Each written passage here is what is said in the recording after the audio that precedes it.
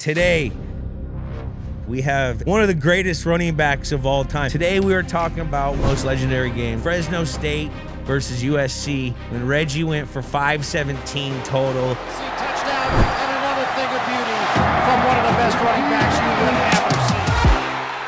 It was a dogfight. We looked at you guys like they could probably beat the Niners. Hines kickoffs, I was going off of this game. It's one of those games I think people remember where they were. Talking about the Bush push. Matt 100% needed me on that play. He started getting knocked backwards on a QB sneak, and I just shoved his ass, and then he got some little... Kind of looked like a dead fish. He's wide open. I pitch it to him, and then the last thought in my head is like, I can't believe I just did that in the national championship. So going back to the debate, could you guys beat the Niners? Games with Names is a production of iHeartRadio. Welcome to Games with Names, presented by WinBet. On today's episode, we are talking Fresno State versus USC from the 2000 season with the Reggie Bush. The glory days of the Trojans. We get Reggie's message for the Heisman Trust. Coming for that ass. And the greatest college running backs of all time. His list. Reggie's got a solid list. A solid list. Solid. That list is kind of crazy. Let's go. Let's go. Fun episode. Hell yeah. Make sure you check out Games with Names on YouTube, Instagram, Twitter, Snapchat, and TikTok at Games with Names. Subscribe on Apple Podcasts, Spotify, or wherever you listen to your podcasts. We want to hear from you.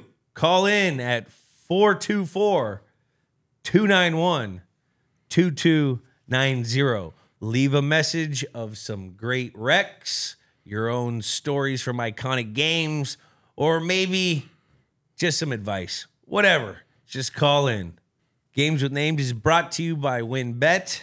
WinBet brings the excitement of Wynn Las Vegas and Encore Boston Harbor to your phone. Join WinBet today and bet with the official online gaming product from Wynn Resorts. Let's go. November 19th, 2005, LA Coliseum, Los Angeles, California. The quest for perfection was on the line at the Coliseum.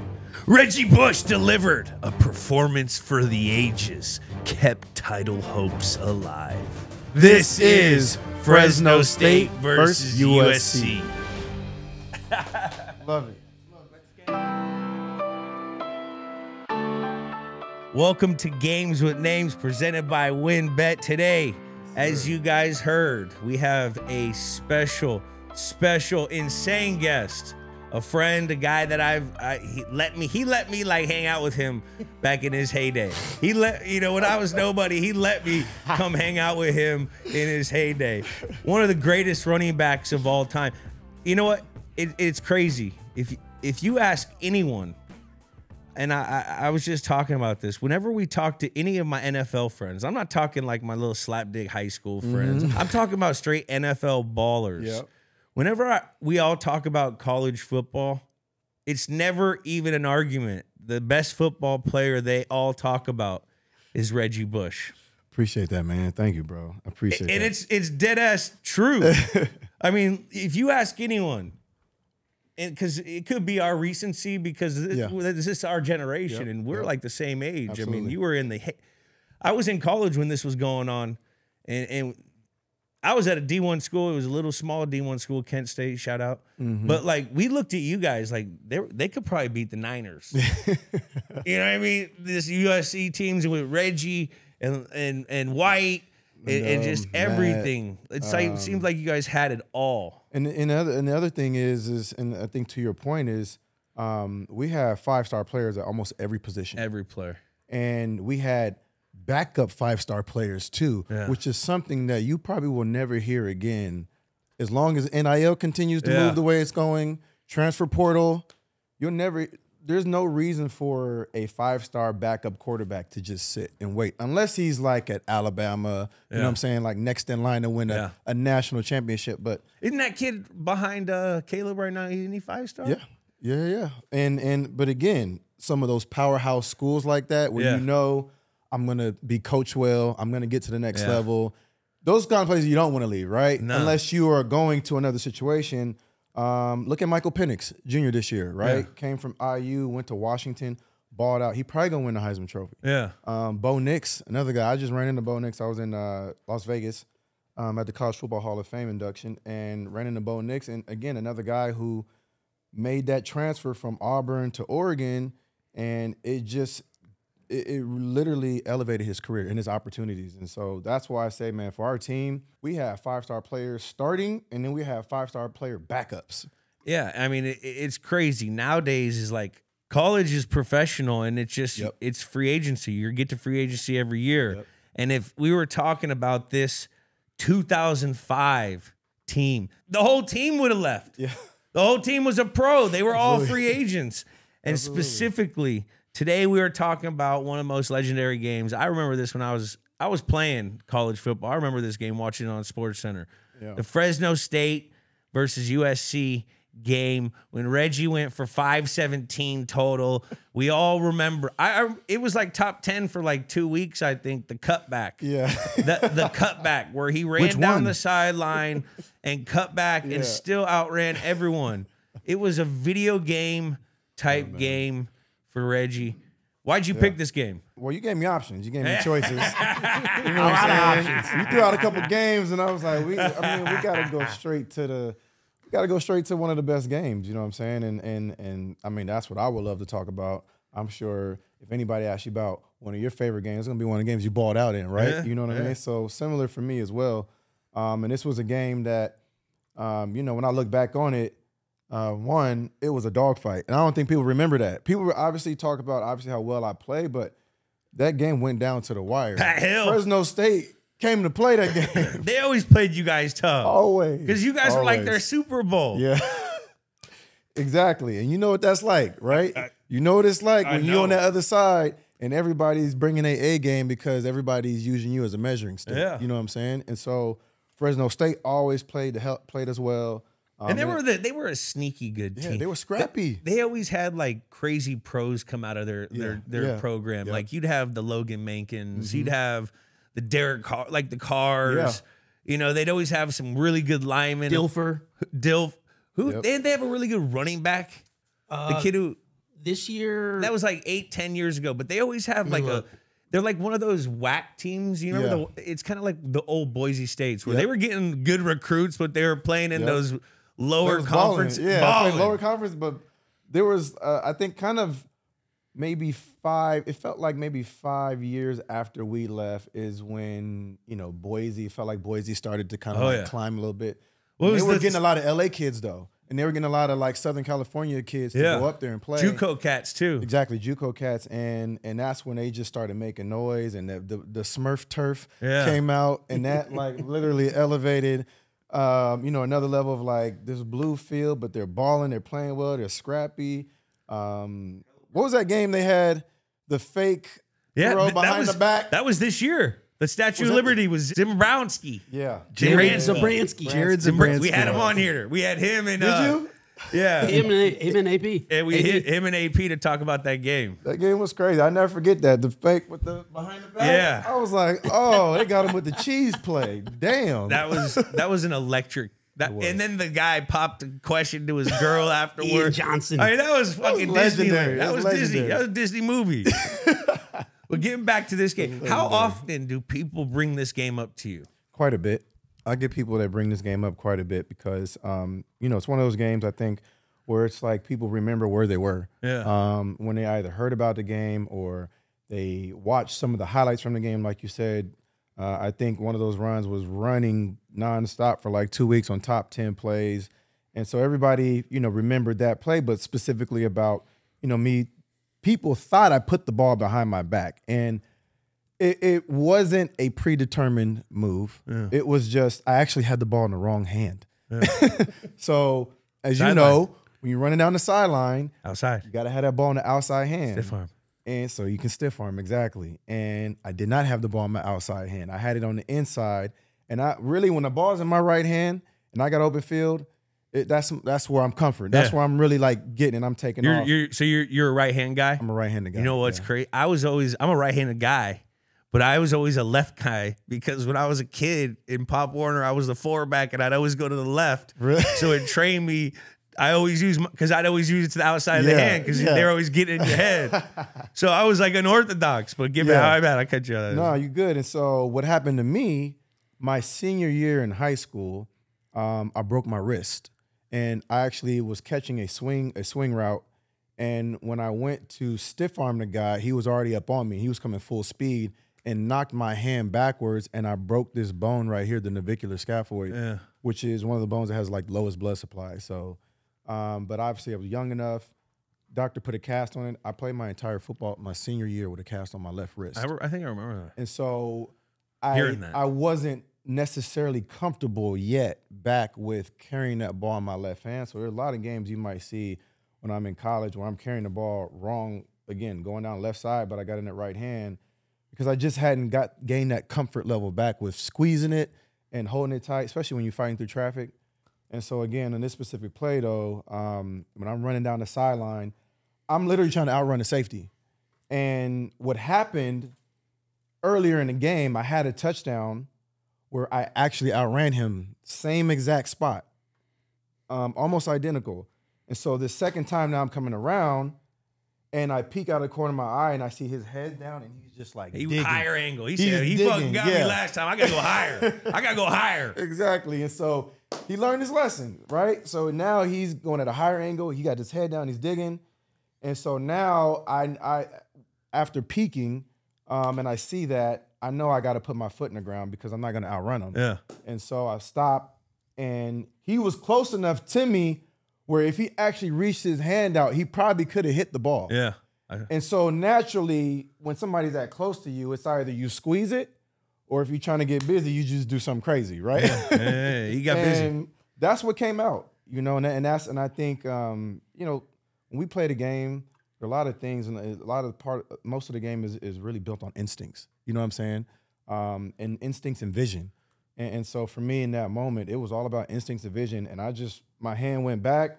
I put my foot in the ground. I knew I was going to stop and reverse. I just didn't know I was going to put my hand on the side behind my back like that with the ball and cut behind him. But and then outrun everyone. And then outrun everybody. Outrun everybody, man. How many times did you think of? Did you see that play before you've done it, like in your dream? Because you know what I mean. A lot of visualization type. Because I remember we all used to think of that play. Yeah. As a kid, I used to have that kind of memory of that kid. I talked about in another episode where you cut back and you do that, and like I never had the speed to do that, long speed. I could make the miss, but it's almost like you visualize. Did you visualize stuff? Did you look in your like? Always visualize the game. That's why you had some of the most immaculate vision. Yeah. That's what people don't realize. Vision is like a real thing. There's people that are fast, and then there's like football fast, and then there's guys that are like that have really good vision that can look fast. Yeah. He just so happened to have both. Yeah, yeah, and you know the vision part of it started really young when I was growing up watching Barry Sanders. Yeah. And watching Barry Sanders, it looked like this dude had eyes in the back of his head. You're like, how the hell did he see him coming? And he would make people miss in a tight space in a phone booth, as we like to say. And I just fell in love with the art of just making somebody miss and the art of making somebody whiff on a tackle. You know what I'm saying? And you were probably so good at Kill a Pill. You talking about you throw the ball up in everyone, the air? hey, one ball, whoever got the ball, everyone trying to kill. We don't know what you're running for, but you're just making people miss. Absolutely, man. That was, I ain't gonna lie, bro. That was one of my favorite games, to play, especially when, in the streets back home. And so from the first time I stepped foot on that football field, man, as all I had in my head was cutback, because I saw how lethal it was when you got people running this direction, or the stampede is going this direction, and you put your foot in the ground, you go that way. Not everybody can change direction like that and flip their hips, you know what I'm saying? And then, still keep that speed, that momentum going. And so I found a way to use it to my advantage. And I felt like that was one of my best weapons was the cutback. You know what I'm saying? And so that's why open field you saw tackle. that. That's what I see. Even when you're in your Saints, they'd hit you with those little Y routes, swing routes, and it was basically tackling drill. And you would hit them, and you were so good at reading leverage, or you would skinny him up, meaning you attack him, so it gives you a two-way go. And then if he overran it, that's when you'd always cut back. Absolutely. And I think that's such an important thing that you just said, man, is, is attacking someone's space, attacking someone head on, it freezes them. Yeah. You know what I'm saying? And you have to sit and wait now. And when you do that, when you put a guy in that situation where you attack him, you attack his space, you put him on an island. Yeah. And you force him to make to choose a side, as opposed to just going to one side, letting the guy just kind of run you out of bounds or tackle you, whatever that is. So let's put this in perspective. On the tackler's point of view, when he comes into the open field, he's taught to keep his feet moving, and you play him with one. It's like you're trying to use your help. So he's got to use his near shoulder, near knee, and kind of you're trying to make the runner pick a specific side to hit. Absolutely. And when you attack him, as soon as the defender puts his feet in the ground because they get scared and they feel the speed, that's when it's game over, because once their feet are in the ground and you're continually moving, they can't catch up. And a defensive player wants you to pick a side. Yeah. You know what I'm saying? He does not want you to attack him head on. It's like route running. It's a two-man. Yeah, he got a two-way go. The defensive player is taught to attack leverage, right? And use your help. Right? Where's the help at? Yeah. And so, that's one thing that I knew, going into every situation. So, for example, when I would run option routes, I'm sure you knew the same thing. You got a guy, it's man-to-man, I'm attacking him. Yeah. You know what I'm saying? I'm doing my steps out, and then I'm attacking him because I know I got multiple ways to go. If it's zone, I'm going to run, check down, turn around, sit down, and I'm not going to attack him, right? And it's no different than when you're running the ball at somebody, right? If I'm running the ball at you, I'm going to attack you versus if you got multiple guys around me, now I got to go to a specific, like space, versus like attacking that guy. Yeah. So man coverage, whenever there was a man coverage, depth, anything doesn't matter as long as you win. Yep.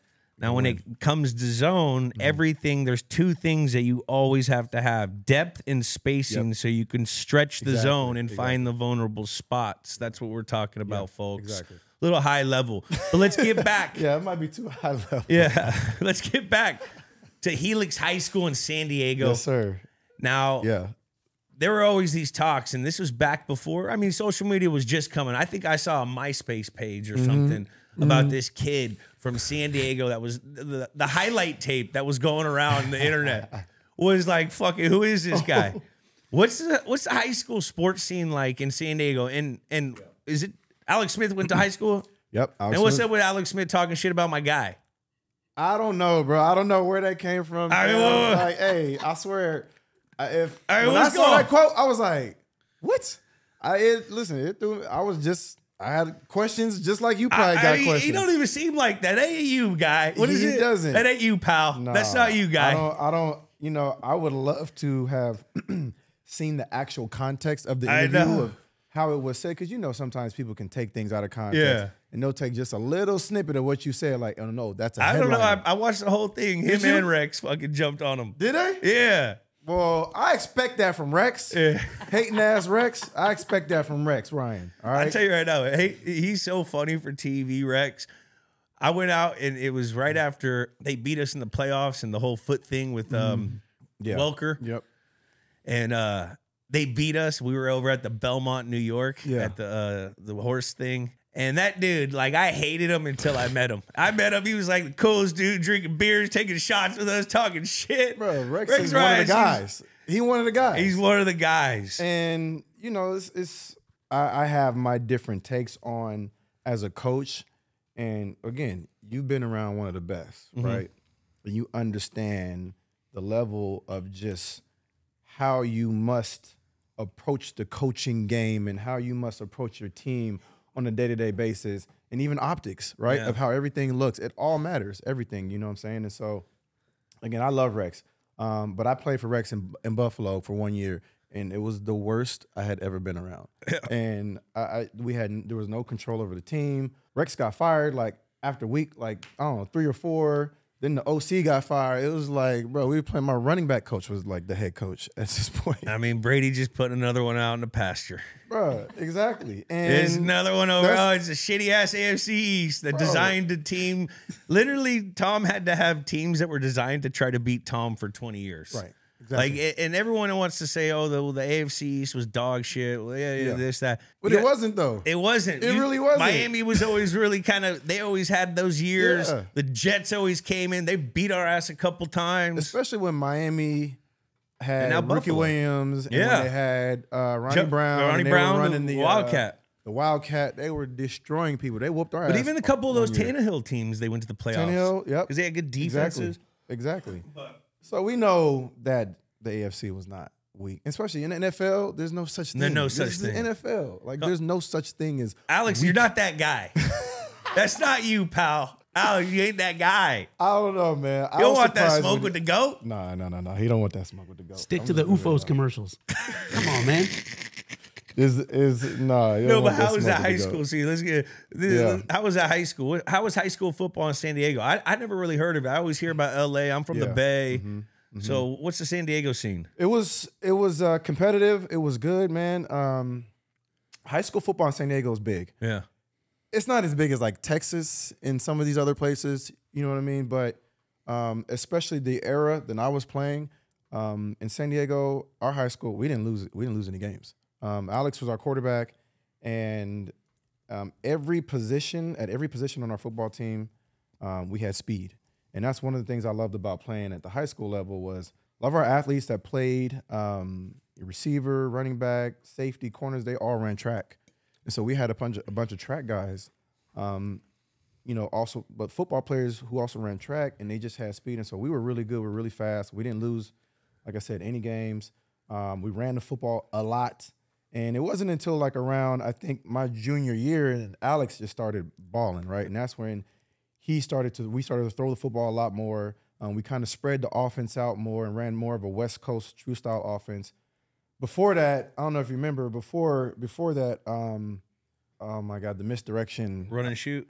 Yeah. It was wing T? Wing T. That was it. Wing T. So we ran the wing T for like the first 2 years. And then we transitioned more into this West Coast spread out offense. And that's when Alex just took off and started throwing the football a lot more. But again, the high school football scene in San Diego is really strong, man. Is there a bunch of military kids?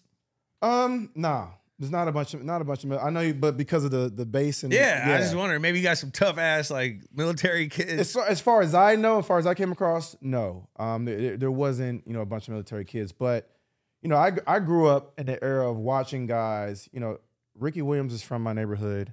Marcus Allen, Terrell Davis, Rashawn Salam, rest in peace. Rashawn Salam was one of the, I think, still the only running back and player to win a Heisman Trophy from University of Colorado. And so we had, just in my area alone, 4 Heisman Trophy winning running backs and some Hall of Famers. Junior Seau was from San Diego. He was the biggest. And that's who I idolized growing up. We all did. Anyone from California. Anybody but especially from San Diego, though. When you're from San Diego and you play football or you play baseball, you idolize Junior Seau or Tony Gwynn. Yeah. Those were our 2 guys. And so for me, growing up, I used to go to this kids' football camp that a guy named Martin Bayless used to put on. Martin Bayless played in the NFL for a number of years, about 10+ years. And he used to always do this kids' football camp. And every year, me and my boys, it was like the highlight of our summers. We get to go to this kids' camp and we get a chance to meet an NFL football player. And every year, Junior Seau would show up. And he would spend a little time with the kids, man. And I got a chance to meet him. And it was just like, it literally was like looking at like God. You know what I'm saying? Like the God of football. And he was larger than life, just had a great personality. I played with him in New England. And so let me bring it full circle. I get drafted, go to the NFL. After my first season, I come back home to San Diego to host my first kids football camp, and Junior Seau came to it, bro. And it was just like a full circle moment. Just seeing him come to my camp and just, having spent some time with him, man. There was nobody better when he was at when he was at his prime. You know what I'm saying? Nobody at all. And so for me, growing up watching those guys, it was a real treat because I got a chance to see guys from my area do it and do it at the highest level. And that gave me all the confidence in the world that, okay, I can go do this too. You know what I'm saying? Is there something in the water? I think so, man. Jesus. You hear that list? Yeah, because, you know, again, like just from my area alone, and I mean like a 15-mile radius. Yeah. Like all those guys grew up in that area, man. Not Junior Seau. Junior Seau was a little bit more north. Yeah. All the other running backs, all from my area. That's crazy. Junior was, I mean, unbelievable stand-up dude. And Ricky Williams he was the man coming out of San Diego. And, you know, as big as he was in the NFL, he was that same size in high school. So imagine like this dude, he's a tank. Just running over people, man. And it was just not fair. You know, it wasn't fair. But shout out to Ricky Williams, man. You know, he's another GOAT from my area that did it before me, paved the way for me, and showed me that it was possible. We have Ricky on here. He is a gem, dude. Yeah. He got a raw deal, man, while he was in the league. You know, he's a pioneer. Pioneer. Everything that's different at first, everyone fucking hates. Exactly. Exactly, man. And so, you know. Even to his, like, he's such a good dude where, like, he goes, like, you could say that narrative like that, and he'd be like, yeah, you know, it was just a little too early before its time. You know, or like, you know, the whole, what's his name? Applewood. Applewhite, the whole situation. So you know that he explained it on ours, and he goes, "Yeah, you know, it's not his fault. He was banging my girl. You know, she was hot. You know, like he said, I can't blame him. I can't blame him. Yeah, that's what he said. He's just I'm like, dude, I need your perspective around me all the time. Now, talking about college GOATs from that area, how did like Junior Seau? Did he influence you to like with the USC thing? Or is that just because SoCal, you go to USC? Well, I think there was, you know, an influence there. I think it was more of Marcus Allen that influenced me because, again, I looked up to Junior, but Marcus Allen was from my neighborhood. He grew up in my area, played running back, played the position, went to USC, you know what I'm saying, Hall of Fame career in the NFL. And so it was really more guys like Marcus Allen and Terrell Davis, Rashaan Salam and Ricky Williams that influenced me heavily because, again, these are guys that played my position from my neighborhood, won Heisman trophies, and then also had, you know, amazing careers going forward. So, you know, those were the guys that kind of influenced me, you know, while I was, you know, in high school. You commit, you go to USC. Yeah. Your first year, you didn't really. Yeah, I didn't play a whole lot my first year. They were just kind of working you in because they were still, I mean, they were doing the thing. They wasn't ready for me yet. Yeah. You know what I'm saying? Because my freshman year, I could have went off too. You know what I mean? But we had some guys that were ahead of me. Herschel Dennis and we had and this other thing, like I said, we had 3 5-star running backs that came. It was me, Lindell White, and Chauncey Washington. And then we had Herschel Dennis in front of us, who was from Long Beach Poly, who also was a 5-star running back. You know what I'm saying? And so, in HD, Herschel Dennis, he was, as you know, really big coming from Long Beach Poly, because you remember Poly was putting out D1 athletes. Poly consistently every year, like 5, 10, 15 guys, you know, and all these guys would go to the NFL. And so Poly was as big as it got in LA from a football standpoint. And so when I got to USC, I right away felt the sense of urgency that I got to get on this football field and I got to get to work. Yeah. Because there's a bunch of guys here, all great players, and I got to figure out my niche. I got to figure out what's going to work for me. And so that's part of the reason why I started returning kicks, punts. Not started. Sorry, I did that in high school. But that's one of the reasons why I kept that going when I got to college, and I didn't just abandon it, because I was like, I got to find other ways to get this football in my hands. Creating value, folks. That's what it's called. That's it. For young players, that's what I had to do too. Mm-hmm. You know, if you're not great at one thing quite yet, like you have to be the man where you don't have to do anything else. Mm-hmm. There's only like 4 of those guys on the team. Then you have to, if you're not that guy, then you got to get really good at a bunch of things. Yep. You know, and the more you get good at, the more value you create for yourself to the team. Mm-hmm. And that's, I mean, I mean, it suited you because Yeah. once you got to the league, I mean, you were still nonstop monster behind punts, kickoffs. And that's why I tell, a lot of guys, young guys too, man, at the college level, do more. Don't just go in there and be like, I'm only going to play running back or I'm only going to play, receiver. If you're, go play X, go play in the slot. Yeah. You know what I'm saying? Go return some punts and kicks and see where it takes you. You never know. It could be part of your purpose and your calling at the next level. And it could make you exponentially more money as well at the next level. Cordell Patterson. Exactly. Cordell Patterson. Still playing. Drafted top 10. Returning kicks. Returning kicks. Nah. Playing running back. Well, he started doing that with us. Dude, Yeah. He's a monster. He's like he just reminds you of like an elk. Yeah. He's just so big, like a big ass elk. Yes. But he can run. Absolutely.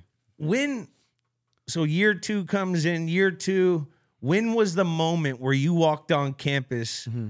It was when was the moment where like it was the last time you could like walk around campus? Because I'm sure you were getting mobbed everywhere. So what was the game before the mobbing started to happen? Honestly, it didn't really get crazy. And again, when I say crazy, it wasn't like you were mobbed everywhere you went on campus, right? People who saw you, like people had stuff to do. Kids they got shit to do. They got classes to go to. They got essays, midterms. So it wasn't as big on campus like the mob rushing you, trying to get your autograph and pictures. But at our games, it was like that because we had every celebrity known to mankind on the sidelines. Yeah. You know what I mean? And so that was where the star-studded lights, camera, action, Hollywood look and feel, infused into college football. That's where all that happened. When we were on a college campus, I mean, yeah, there were people who came up to us asking us for autographs and pictures and stuff like that, but it was not like a mob. It was not like that. And so I love that about USC because again, like, people, obviously there were hardcore football fans, but also people just kind of left you alone too. Yeah. You know what I'm saying? And if we went to the parties, then maybe, it could maybe get like that. You weren't going to parties. You were going to like hide and shit. You going to the clubs, 18 years old, in there. Josh over there with the little hat. He got the cane on. Yeah. I forgot you know Josh. I forgot you know Josh. Josh had us up in the clubs, bro. I can't lie. What was your first impression of Pete Carroll? Did he have a huge pack of gum? How big was his pack of gum? My first impression, so I first met Pete when he came to my high school. Obviously a big deal. Pete Carroll's coming to Helix High School to do some scouting, to watch me. And, when I first met him, I was excited, but I thought he was just, a regular coach, a good guy. He had a great personality, and he was energetic too. Yeah. He always brought a lot of energy to the conversations, to practices, to the film rooms, to team meetings and stuff like that. And so I love the fact that he brought that youthfulness to the game because, as you know, man, football is stressful enough. You know what I'm saying? And it's more stressful when you're losing. You know what I'm saying? And it's more stressful when the environment is not on par with, trying to win and trying to accomplish the same goals and you're not having fun. And so I've been in those environments before. I've been on some teams, at the NFL level where, it just wasn't fun. You know what I'm saying? And so, I always love the fact that Pete brought the youthfulness to the team. And then he would bring, a bunch of celebrities. Snoop Dogg was at our practices running routes with the receivers. And I remember Will Ferrell. He looking tall. Yeah, Will Ferrell would be out there. And it was amazing, man, because again, I thought Pete did a masterful job at being able to bring Hollywood and football together. Yeah. And that's the thing that USC offers that no other university can offer, is you have both of these two worlds where if you can bring them together and win, forget about it. It's like the Lakers. Yeah. You know what I'm saying? I just moved out here, and you can feel the presence of 3 organizations here. Yeah. The Dodgers, the Lakers, and USC. We're starting to get a kiss of the Rams, but they got to still build. They got to. But like people around here love SC. Yeah. They love SC. Yeah. Bolt up, baby. Bolt up. The Chargers too. Yeah. What did you say? You talking about the Bolt Chargers? I thought they're in San Diego still, aren't they? Aren't they? Come on, man. Hey, man, listen. As a San Diego homegrown native, I hate seeing the Chargers not being San Diego. They got to get him bro. back there, huh? I don't. What's up with the city? Is it the city or is it the owners? Who is it? I think it's from what I don't know the true facts. So I don't Not fact. Well, don't fact throw check. anything out there. But from what I heard, it's just the two parties just are clashing heads, and nobody wants to give. I'm sure it all comes down to money, as always. Usually The bottom line. And I think what I've heard is that the city didn't want to fund, the stadium, which we know stadiums cost a lot of money, and but also at the same time, it's like, why not? You know, Those Super Bowls there would be nice. I mean, who Those doesn't Super want to Bowl- go take a visit, vacation to San Diego? You know how much economic stimulus you get at Super Bowl? God. And what the World Cup comes here, they probably, hey, we'll throw a game out there, a little qualifier. Bro, dust off Qualcomm, baby. Dude, I love playing there. They had good grass. Man, listen, that stadium old as hell. They need to blow that thing up and build something new. Speaking of old as hell, this is a segment where we go back in time of November 19th, 2005, of the time and era of what was going on in pop culture of this game. Number one movie was Harry Potter. Little Harry Potter movie. Oh, my God. You guys see it? Yeah, I was a Harry Potter guy. Yeah, casual. I was casual. I just started getting into it because my daughter likes it. Makes sense. I've seen some clips. I haven't sat through an entire Harry Potter movie, though. Maybe I a have Cliff to be Notes honest. books, yeah. I've seen the first three. We were gonna start reading. She likes that wizardry stuff, and then we went to that Universal thing. They got the little wands that you could do the magic with. Oh, man. Number one song, we all know this one, "Gold Digger" by Kanye my West and God. Jamie Foxx. That's a long, long time ago, boy. Oh, that was a great song. That was a good one. We probably should move on from this slide right now. But what's up with our guy? Is he in trouble? Who are we talking about? Jamie Foxx? No, he's on the Is he mend. sick? He was sick, right? Yeah, he's doing better, I think. Is though. he back? I hope so. We need him. He's a gem. Yeah, he's my dog. Quadruple I threat, see he can him do it out all. and about. He's cool. Yeah. Nah, he's good. He's good now. He's healthy. That's good. Around this time, Harvard beat Yale in a triple overtime. On this day, and Miami, number 3 in the nation, went down to Georgia Tech, so another upset. Is this football, Harvard? Yeah, this is Harvard Yale, baby. We're talking some We're Ivy League talking football. Harvard Yale. Love it. Gotta be honest. I've never watched a Harvard Yale football game. I don't think I have either. You know, it's kind of a big. I lived in Boston, so it's a pretty big deal out there. Yeah. I mean, it's the oldest. I think it's the oldest rival in football. Oh, really? I think it's the first. Hey. The Rutgers, first Princeton. Princeton. Yeah, Rutgers. Yeah, Princeton and who? Rutgers. Rutgers Yeah. was the Oldest first stadium, football though. game. Oldest stadium in the country. Oh, yeah, that's crazy. Wild. Got to give a shout out to the olds. Yeah. The old Ivy League. We'll be working for those people. They all own companies now and executives of Yeah. top firms. I mean, we're on our phone. They own all of it. Yeah. Google, Facebook. Yeah. Xbox 360 was released. Xbox guy? Big week. PlayStation. Are you PlayStation? PlayStation guy, baby. Come on, man. So this is how I break it down. Okay. Ever since I went to college, this is who has Xbox and who doesn't. And just in all my friends, all my international friends, people from Europe, PlayStation. All my black friends, PlayStation. All my like nerdy white friends, Xbox or PC. I swear to God. Is that not the breakdown? That is it. I don't Is know. that not the breakdown? International Damn, this- people love PlayStation. I I'm didn't going have through any my friends. homies. all This my checks black out. friends, they all It play checks 2K out. on PS5. I had no homies that had Xboxes. None. All See? PlayStation. I think this theory checks out. Foolproof. But I was an Xbox guy. You nerd. CFL Grey Cup went into overtime the first time in 44 years. Damn. Talking weird football games this week. Man, BC Lions. I almost went to the BC Lions. I got drafted to the Really? BC Lions. They wanted me to play quarterback out of college. Why you didn't take it? I didn't grow up trying to be a CFL player. I wanted to go to the NFL. No, it was like so incentive based. It was like 50 grand to be on the team, 100 grand if you're the starter, another 100. Like that's how those contracts were. It was gnarly. I took my talents to Fox. Yeah, you did the right God. thing. The first partial face transplant. Damn. Science talk. Was it this lady right here? Yeah, she don't look too bad. Face She got Off? mauled by a dog. When was the movie Face Off? Nicolas Cage. Let me Oh, see. she got 97? bit by a dog. Yeah. Damn dogs. I got bit by a dog once too. Did you? Yeah. What I kind? I love dogs though, but dogs will bite your ass if you run up on the wrong one. Yeah. So, For real. Mine was a Rottweiler. Yeah. Bit my hand. God. And I was in high school and I wanted to fuck that Rottweiler up. see, you know what? I don't like dogs. I love my dog. Yeah.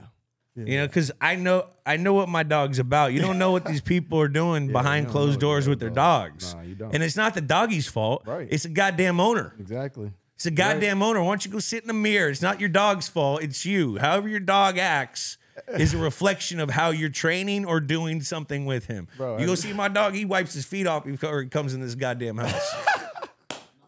Not when you're not here. I know, a little rascal. He's getting terrible. This, I'll tell you, the biggest, if you want to go to a place and you want to see whose dogs are well trained versus whose dogs are not well trained, go to a dog park.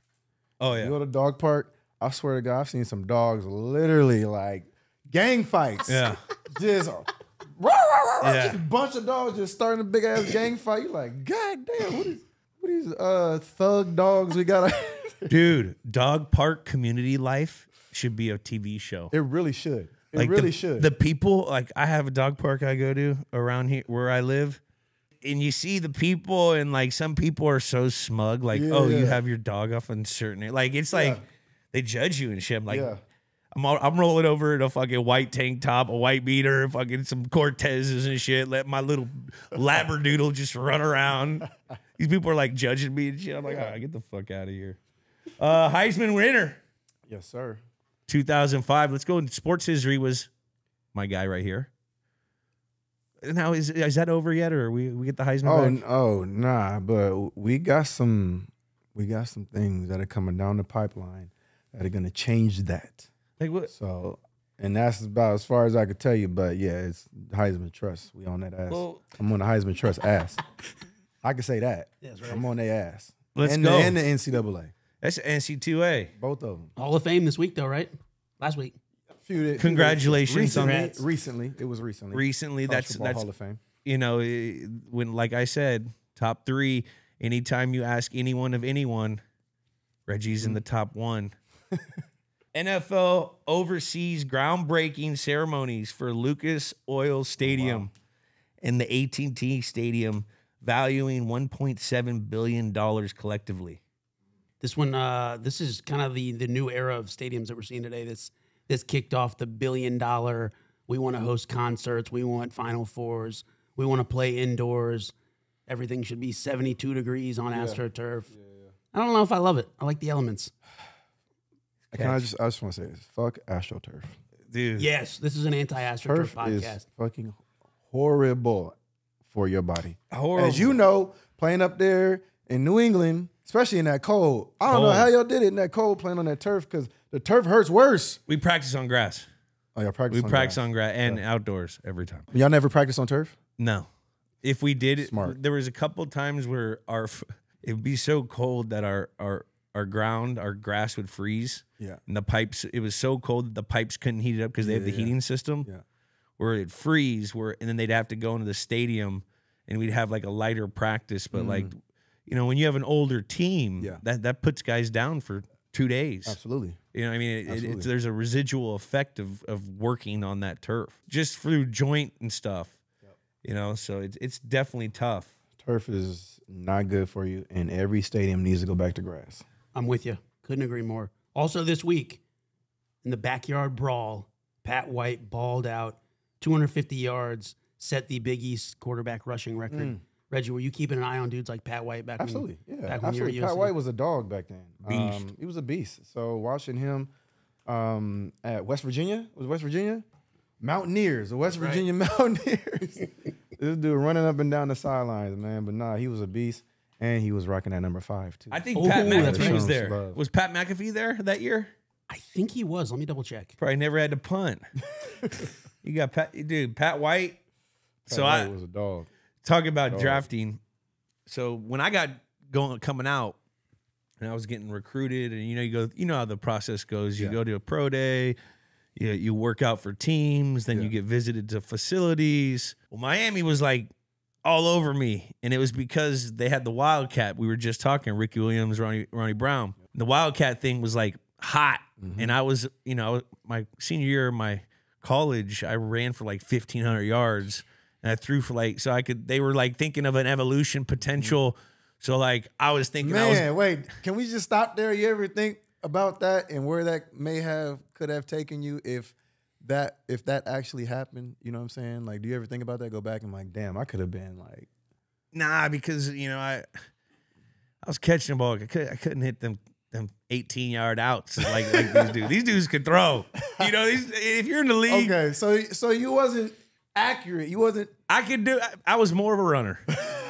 I was more of a runner. I like to run. All right. So I like it. that was like a hot thing, the Wildcat. Yep. And draft day came, and I'm like sitting there. I got a Miami hat. I think I'm going to Miami potentially. I've been talking to their scout. And their second round pick, they picked Pat White. I was like, oh, fucking Pat White. I got so mad at him. I was like, I went out there. This was the first time ever in Miami. I was like, this place is so nice. Yeah. Fucking Pat White. Hey man, but look how it worked out for you. You know what I'm saying? Turned out good. And I look at that situation, similar to mine. I was supposed to be the #1 draft pick to Houston. Yeah. And not going to Houston is probably the best thing that ever happened to me because I get a chance to go to New Orleans, play with Drew Brees, go win a Super Bowl, and be able to bring back hope into a city that was just destroyed by Hurricane Katrina by just winning football games. You know what I'm saying? And I never would have been privileged to that, had I not been drafted there, had I gone first. So everything works out for a reason, man. How did that draft process go? It was, so for me, when I went to the combine, you go through all your interview process. Mm-hmm. 31 teams didn't want to interview me because they was like, he's not going to be here. Mm-hmm. He's going #1. So I literally only spoke to Houston. And I only was talking to Houston the entire process leading up to the night before the draft. It was the only team I ever spoke to. And so Charlie Casserly was the GM at this time. And he, I later found out some reasons why, which had to do, with the Heisman Trophy. And I guess, supposedly they had a private investigator come do a whole investigation. Why does it matter? And the investigator came back and told him I had bad character, don't draft me.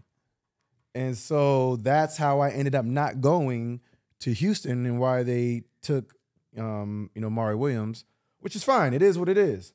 But it's just to give you context as to, again, why it didn't happen and why I ended up going to New Orleans. But it all worked out for the best. You know what I'm saying? And, I look at that as, one of the greatest moments in my life, being able to go to New Orleans because, one, it's an amazing place. I don't know if you've ever been there.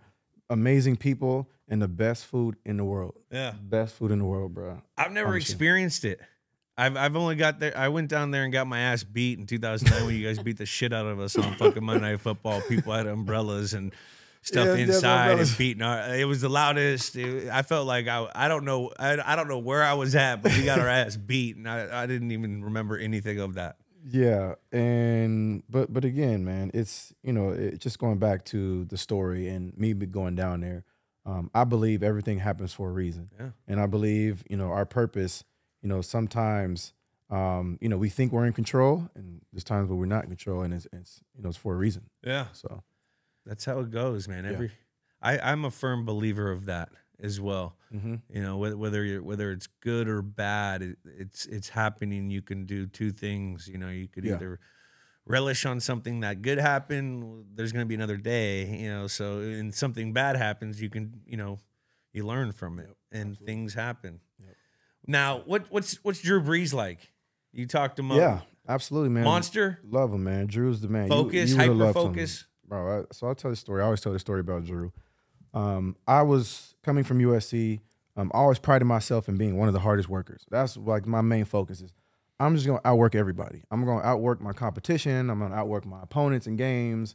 And when I got drafted to New Orleans, and again, feeling that sense of responsibility of, you have an opportunity to bring back hope into a city and, all that was inside of me going into New Orleans. And so I made it a point to, be one of the first guys in the locker room, one of the first guys in the film room, first guys on the practice field, and last guy off type thing. And to put a context for people out there, when you're a veteran guy and your first round draft pick does that, like that's not always the case. Yeah. You know, that sets a tone to the whole team that this guy is about business. When you, because there's a lot of guys that can come in, they're the guy who has to take the pictures, and every time the team does something, he's the first one doing it. He's got the jersey. And so a lot of guys eat that up and they don't take that shit like that. Yeah. And so I'm telling you, right now, as Drew Brees being a professional, I don't know him, but I know he's a fucking excellent preparer. Absolutely. And so practices everything. When you see a guy like Reggie coming, who's the number 2 overall pick, and he starts like setting that tone, I mean, it's instantly he's gonna gravitate towards you. And it was instant success with me and Drew on the football field. I had 98 receptions my rookie year. I remember. 98 receptions. As a running back. You a 1,000 guy, right? Yeah. As a running back, I had 98 receptions. You know, and so, but again, like I said, it was instant success because of my mindset coming in was that I wanted to be the hardest worker. And so I go back to the story. I would try to get to the facility first. I try to be literally the first guy in the facility. And I would get there when it's completely dark outside. It'd be like 6 o'clock in the morning, maybe even 5:45 sometimes. And there would be one car always in the parking lot already. And I would walk into the facility, and Drew would already be in there watching film. Yeah. And I know this guy was the last person off the football field, off a practice field the day before. Yeah. You know what I'm saying? And so I'm thinking, when did he go to sleep? You know what I mean? If he's here this late, and when I say this late, I mean Drew stays on the practice field for about an hour to an hour and a half after practice is done. And I actually shot a video one time. I went back to New Orleans and I posted it. And they had, practice was done, and everybody had walked off and was gone inside. And I had actually went back into the facility. I was kind of taking a tour because all the shit was new. And so I went back into the weight room, and then I looked out into the football field because from the weight room, you could see directly into the practice facility. Whew. And Drew was out there by himself. No football. Going through plays? No coaches. Visualization? Literally, I swear it kind of creeped me out for a second. Yeah. He didn't have no football. I'm like, what the hell is he doing? And he's going through every play, every motion. He's going through his checks. I see him like just doing stuff like this, like that. You know what I'm saying? He's going through the game plan, the script, through everything, the reps. Guys have gone home at this point. So there's nobody in the weight room, maybe one of the coaches, and Drew's still in there working. And I shot this video and I posted, and I was just like, man, listen, for you young guys out there, if you want to know how to play for a long time in this league, you want to make a lot of money, this is how you do it right here. This is the way that you go to work. This is the way that you show up. And so, again, going back to the story, I would try to beat Drew into the locker room. And he'll tell you this as well. He would already be in that chair, sitting down, watching film. And I'll just shake my head every time because, you know, again, I'm 21 at this point. I'm 21, 22. So, you know, I'm doing everything I can to try to beat this guy. You know, which is a lot easier, people don't realize. When you're 21, 22, you're fresh in the league. Yeah. You ain't got family. Exactly. You ain't really got kids unless you got kids. You know, you ain't got responsibility. Yep. You know, when you're probably what was Drew is like 8th year. He was, because he had already played half a career in San Diego. He's got 8 years in. He's got a fucking wife at home. He's got kids. He got to be home for dinner. Man. He got to make sure things are all right. Like that's different perspective. It really is. So the fact that he's going out of his way to try to beat young Buck. Yeah. I mean, that's taking effort. Exactly. So I had OGs in front of me. I had guys like Drew, Deuce McAllister. Deuce. He was nasty. The great Will Smith, rest in peace, our defensive end, who's passed away tragically. He was shot and killed. But, you know, having these guys, and Joe Horn too. Joe Horn was there as well. But having guys like that in front of me and me watching them work, but it was mainly Drew that I watched. I really focused in on Drew, right? I watched the other guys, but Drew was the guy I was like, nah, he the captain of the ship. He's the guy. He's the guy that I want to try to emulate the way I come to work. You know what I'm saying? And so I never beat him, though. I never beat him into the facility. He was always later than me off the field. You know what I'm saying? It was just, you know, relentless work, relentless pursuit. And long after I left, he never wavered. Yeah. It stayed the same, you know, up until after I was long retired from the game, and he was still playing. You see, you know what that does right there? That's what a lot of guys that play that position. Yeah. Because I was around a guy the same way. Mm-hmm. Okay, a lot of guys that play that position, you got to hear that everyone is looking at you. And so what you put yourself out there to be on the field, off the field, whatever, they're looking at that. Absolutely. And the professional that Drew was, that motivates guys to fall in line because he's the highest paid guy in the team. He's been there. He's got this. He's got all these, you know, so you have to. So that's a big thing to have that example from the quarterback position. Yeah. You know what I mean? Because this, who we kidding? This is a fucking quarterback league. It really is. If you don't have a quarterback, and there's so many different size, shape, how you play, but if you don't have your guy, and if he's not the right guy, and he's not putting in and showing the guys how it needs to be done, I mean, you're light years ahead. I know that's such a famous thing that everyone wants to say, Buzz light years behind. Right, yeah. And the other thing is that, like you said, the rest of the team will follow suit. You know what I'm saying? And when you set that culture, you know, from day one, the first time you step foot, you know, in that uniform. So this was my rookie year was Drew's first year in New Orleans. And it was also Sean Payton's rookie year as a head coach. Yeah. And so we had a lot of unknown, right? We had some great players, but there was still unknown because the year before the Saints were the Aints. And they weren't great. They weren't good. Obviously, going through Hurricane Katrina affected a lot of that. But the years prior before that, they were one of the worst teams in the league, you know, for a very long time. And so it started with Drew, you know, changing the culture. And Sean. And Sean and me. And so, you know, taking that team and changing the culture to being a respected organization, you know, respected winning organization, you know, was just. I mean, that's the crazy thing. It's because of you guys' success that we still think that the Saints are still going to be good right now. Exactly. You know what I mean? Like, we fail to forget they don't have Drew Brees, they ain't got Reggie Bush, and they don't got Sean Payton. Oh, they're going to bomb it to Marquise Colston. They'll be good. Take some help.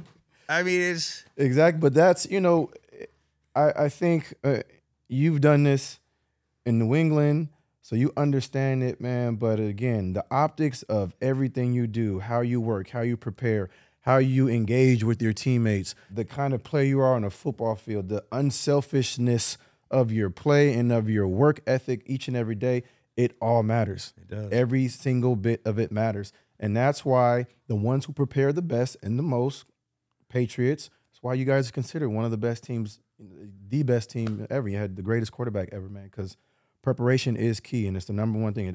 It takes over anything. And that's kind of how it goes. You know, I'm sure Sean set the template of what we expect. Yeah. And you got a guy like Drew who polices and enforces and is the flag carrier of it. Coach's message. And then you got foot soldier Reggie. You know, you got your leaders, but it has to be the quarter, which was kind of like how we were. You know, exactly. Bill had an expectation. Tom, you know, followed that and like was the guy who was fucking showing everyone how to do it. And then you had the guys under him that had to keep, you know, the hurdle in.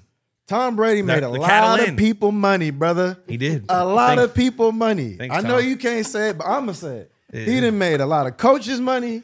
He done made some players who didn't deserve, who weren't that great, got paid, right? One of my boys, Matt Castle, prime example.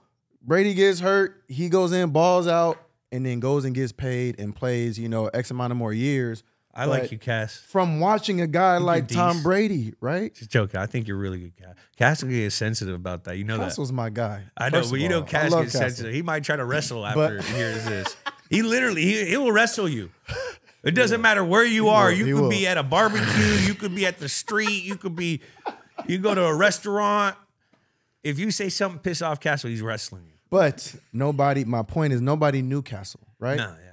Castle didn't even play at USC because of Matt Leinart, right? And it's no disrespect, but it is what it is. Like, he didn't get on the football field.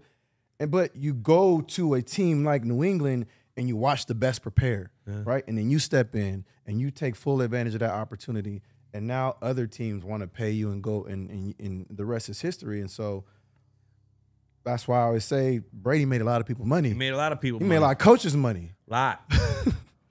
Some coaches who I don't think they're great coaches that were in New England with you guys who got exposed when they went and tried to go be head coaches. He got those guys paid. And he made y'all believe that. Which coaches are you talking here? A recent one that just got fired with Mickey the D's. Raiders. Mickey D's. With the Raiders.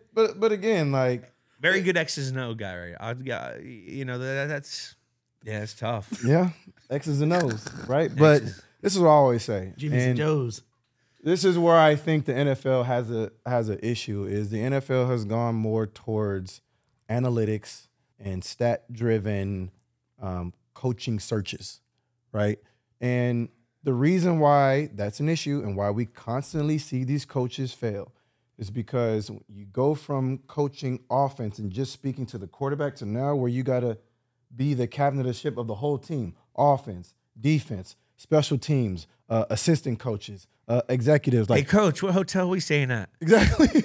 What's the curfew set at? Yeah. Hey, coach. Yeah, one of our rookies just got arrested. Yeah. Yeah, go get in front Go of the manage team. that. Go handle that. Right before your biggest game that you got to play. It's a tough job. It's not easy. And so what I'm getting at is you need somebody who understands how to build winning culture, who knows, and in winning culture, you got to be a people person. You got to be able to talk to you, to me, to her, to him, everybody, and it's all got to be genuine, right? And it's all got to come from a genuine place, and everybody has to believe you, right? Because like you said, now the eyes are on you even more. There's a bigger microscope. You can kind of hide when you in the booth. Oh, you definitely. You coaching plays from the booth. I mean, Matt Kenna, he hid for fucking 3 years. Once you step out onto that front line and that camera's on you, it all matters. You know what I'm saying? And, you know, I think a great example of someone who has taken full advantage of that is one of my old teammates, Dan Campbell, who's coaching the Lions NCDC. at a high level right now. And you talk about this guy who played the game, was a good player. Well, not a great player. Was not like a big, well-known player, but he understood. He did his job. Dan was like a blocking tight end when I got to New Orleans. He would block his ass off. I knew if I was running to his side, I was going to get some yards. But he did his job, and he understood how to build culture. And you can't build culture from analytics. You know what I'm saying? I think that's a great example of also a guy that, because teams are predicated, you have superstars. Yep. Everyone has superstars. It's the role players. How do the role players play? Yeah. And Dan Campbell being a guy that he was a role guy. He was a role player. You're fucking role, Dan. You sit on and you block the 9 technique. Yep. You blow his ass up. Maybe a couple times we'll have you sneak out to the flat and we'll throw you a bone. Exactly. But no, and Dan Campbell loved it. He was a role guy. Absolutely. He understood his role on the team. Yep. Him being able to translate that to his team, that goes a long way. And you could say that probably with D'Amico as well, how he's getting guys to fight. I'm so glad you just said that, bro. I'm so glad you just said that because D'Amico, I mean, I do Fox, and I'm over here talking about, they got to have a hiccup here soon. You know, these guys have been playing too good. Yeah. There ain't no hiccups. No hiccups. Where's the hiccup? Rookie quarterback playing lights out. Lights out. Nick Caserio, shout out. Patriot GM. He drafted him. Lights out. Drafted him. And I've always felt player coaches are always going to have an advantage over coaches who never played the game because they understand what it's like to be in the jungle. They understand what it's like to be in the trenches. Well, let's talk about this. Let's talk about this real quick. All right. How many player coaches have won a Super Bowl? Let me look that up. How many player coaches have there been? That would be my next. That's a good one. You know what I'm saying? Because there are not a lot of former player head coaches. We're getting to it. It's getting to the point now because we're getting older. Yeah. You know, we're like our generation 20 years ago. These motherfuckers are player coaches now. Right. Exactly. So maybe it's got Andy Reid winning. That motherfucker ain't playing. Mike Ditka. Ditka. Rivera. There you go. He didn't win a Super Bowl. He didn't win a Super Bowl. Wrong there. So maybe I wonder who. out of these player coaches now, who's going to be the coach, that guy? Vrabel's been in Tennessee for a while. Vrabel's good. And I like Vrabel. Has not, Love him. has not, won a Super Bowl down there. But when Vrabel first took over, you saw how the culture of that team changed right away. Right away. Like right away. They're always in it, and they're always hurt. Yeah, always hurt. Dungy won as a player and a head coach. Oh yeah, Dungy. I think it was Rivera as an assistant. Okay, Sorry. and people who played for Tony Dungy loved him. Love him. Everybody Out by 5. who I've ever spoken to Same. about Tony Dungy loved him. Like, yo, this was a great guy, great man, great coach. Everybody loved him. The people that watch him on Peacock hate him now. I ain't gonna lie. Now, when we talking about TV and broadcasting, I'll be ready to fall asleep. I love Tony Dungy as a coach, though. On TV, I look at him like, oh, that's like the old uncle. Yeah, it's the old jolly uncle. All right, let's get into They need these. some youth on that damn show. God, They got damn, Dev. Boy. They got Dev McCourty. Yeah, they got McCourt. I see you, McCourt. Thank God we got. Hey, a don't young bring dude your on there. you don't bring your rings on national TV. Okay, act like you've been there, McCourty. God damn. First episode in, he brings all 3 rings. I'm like, all right, dude. Cat's out the bag. Oh man, we gotta get back into the game. Let's get back to it. Let's get back into the game. We'll be right back after this quick break. Games with Names is brought to you by my friends at WinBet. WinBet is bringing the excitement of Wynn Las Vegas and Encore Boston Harbor to online sports betting. Whether you're a recreational player or a serious handicapper, WinBet is your ticket to every exciting wager, from straight up parlays, teasers, and any prop bet you can dream up. All players have access to Win rewards and can redeem them for resort credit in Las Vegas and Boston. Sign up today and get in the game online or visit Boston's sportsbook at Encore Boston Harbor. There's no better way to enjoy sports with some extra winnings in your pocket. Betting is a team sport. Join the WinBet team and bet with the best. must be 21 or older and present in the state where playthrough WinBet is available. Terms and conditions at winbet.com. If you or someone you know has a gambling problem, call 1-800-522-4700. Set the stage for these Fresno State Bulldogs. Fresno State Bulldogs, we talked about them earlier. Scrappy bunch. Pete Carroll said after this game, this should have been a top 10 team. Yep. The motto was anybody, anywhere, anytime. They were going all over since 2000. They played 12 FBS teams on the road. Won 4 of those. Pat Hill. Fucking tough. He used to come to our practices, and he was a cool ass dude. He had like what does he have? The fucking the Fu Manchu. The Fu Manchu. He's a Belichick guy. Yeah, him and Bill. He was with Bill, I think, in Cleveland. And then it was a top 10 offense. This was post David Carr. David Carr been gone since 2001. So we're in the Paul Pinniger era here. Pinniger. He came in 32-9 as a starter. So they had some leadership on this one. They had gone on the road. Their only loss was at Eugene, playing at Oregon earlier in the year. So ranked all year pretty much. Came in this one ranked 16th. Tough bunch. Yeah, but they didn't play like they was ranked 16th. Yeah, they came in in like they was in top. They was a top 5 team. Yeah, I mean they came in slinging on this one. And then as Reggie alluded to earlier, we know. I mean everybody knows this USC team. 5 stars galore. Dwayne Jarrett, Steve Smith, Fred Davis, Lindale White, Pete Carroll. I mean, Coach O had just left. Yep.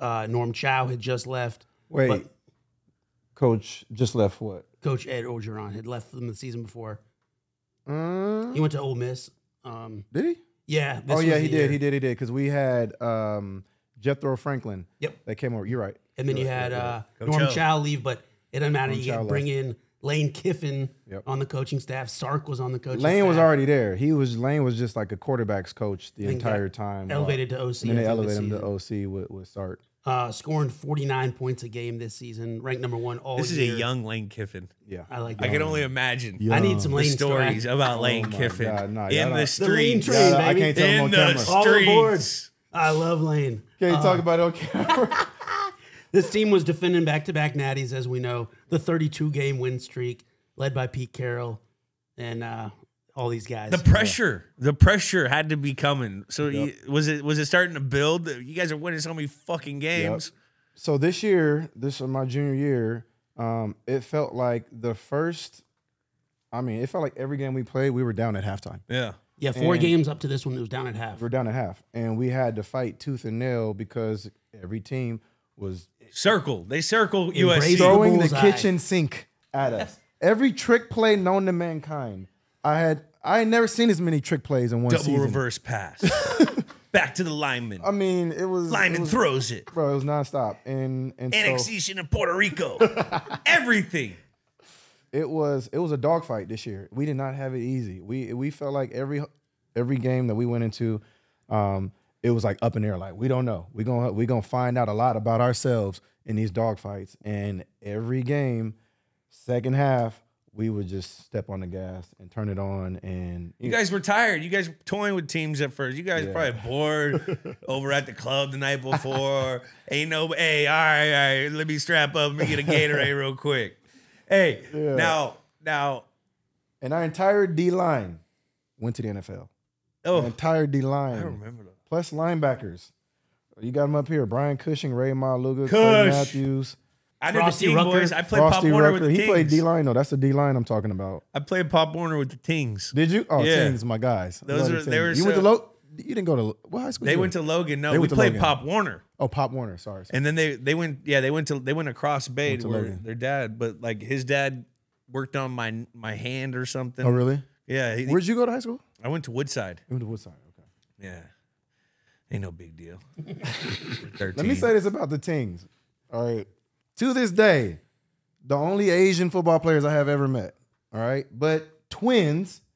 And then when I watched their high school highlight tape, Fire. it was it was crazy. They were Like, one stupid played quick. quarterback, and when they played defense though, this was crazy when we watched this because Coach Carroll would put up guys' high school highlight tapes.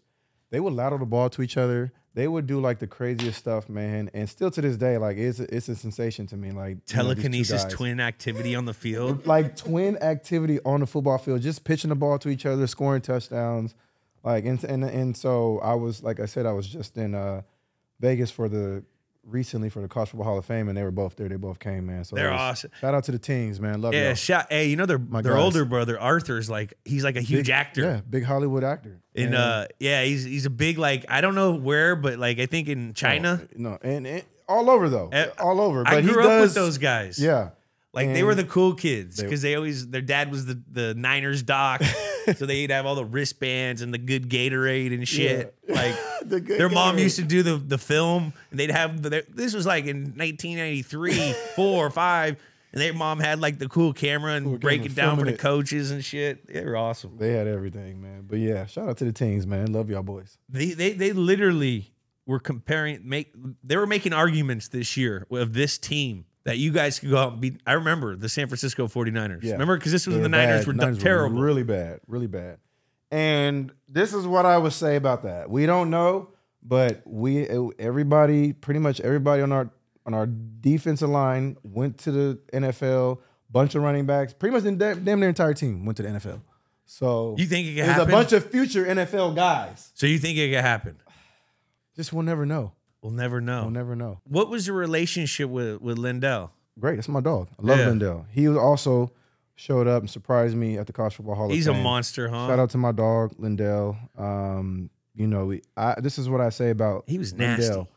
He pushed me every single day in practice. He pushed me every single day on the football field because he was always on his A game. And I knew I had to be on my A game because, again, as much as we're teammates, we're also competing for the ball, right? We're competing for touches. And so, there's no better bond and relationship, from somebody who's going to push you to be your greatest every single day. No. You have to have that. There's nothing. I would Nothing say better than that happened with me and Amendola. Yeah. There's a Yeah, I can see that. I can brotherly see that. Yeah. competition where it raises both of your levels because you're you're competing, but you're also competing against yourself. Exactly. And the better versions that we have for us, the better for the team. Better for the team, man. And so, shout out to my dog Lindell, man. He was such a force and just such a, just a great player to have. beside me and to push me every single day. You know, and you know, I thank him, you know, for that, for being there and just for being that great player on that field. But, you know, going again, like I said, we had a bunch of 5-star players, and, you know, the competition level of practice was always up. High. It was never down. It was always up. Got to show out in front of Snoop. And it was nasty sometimes. You know what I'm saying? It got to a point to where we would be in fights with the defense, defensive line. 9-on-7 was a dog fight. We started 9-on-7 every practice. 9-on-7 for you guys, that's a run drill where there's no receivers. Receivers are usually doing one-on-ones, playing, you know, catch, and it's full live go for the fucking hogs in the box. It's full live go. It's a jungle. They know you're not throwing the football. They know. So you're not throwing the ball. Everyone is downhill. Everybody's coming. It is designed to kill the offense. And it is literally. There's no play action. Nothing. It might as well be fucking goal line. It is. It might as well be goal line. But if you can win on that, you could fucking do it in a game. Exactly. And that's where, you know, those battles in 9-on-7 for me is where I became a man, because I have 5-star linebackers and D linemen on the other side of that football ready to try to take my head off in practice. And so that just always kept your attention, your focus, your attention to detail, everything had to be at a high level. And you got NFL scouts every day at the fucking thing, so you know motherfuckers are going hard. Like, oh, I'm gonna show this motherfucker. And Pete would do this. He would also, our practices, we would have, like, there would be some high school teams would be there watching us. There would be fans there. We'd have celebrities there. So practice had an audience. Yeah. So we had to be on our A game, not only for ourselves, but we didn't want to get embarrassed in front of some high school kids, because you know high school kids are gonna make noises if somebody gets if you fumble the ball or you make a move with somebody, shit, and they all going crazy on the sidelines. So it just amped up practice even more. Especially these LA kids. Bet these LA kids going rowdy out there. But yeah, man, 9-on-7, I don't even know if that's like, you know, at the high school level, you know, if they still really like getting it popping like that, but that's where you become a man is in them 9-on-7s, Oklahoma drills. Well, you ever do Oklahoma drill? Yeah. I was a quarterback when it was going down, though. I was at Kent. Oh, but they were doing it. I wasn't. I was like, I mean, Pop Warner, you do bull in the ring and all that stuff. You know what I mean? Same thing. Yeah. But, you know, Lindell White being your homie, your best friend, you know, it brings me to the point where we need to get to the Bounty Wingman question. Yeah. It is time for the Bounty Wingman question. Bring out the wings, please. We got the wings. Well, you know Bounty's everyone's favorite wingman, because you can't have football without wings, Reggie. You cannot. And you can't have wings without Bounty. Yeah, man. Especially on this beautiful suede couch that we have these beautiful... it gets messy.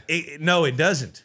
It doesn't, because of Bounty. Let's see what this... Well, I got kids. So for me, my perspective, it gets messy. It definitely And then that's when I got to clean up with the paper towel. We know that Bounty helps clean up the messiest moments. Yep.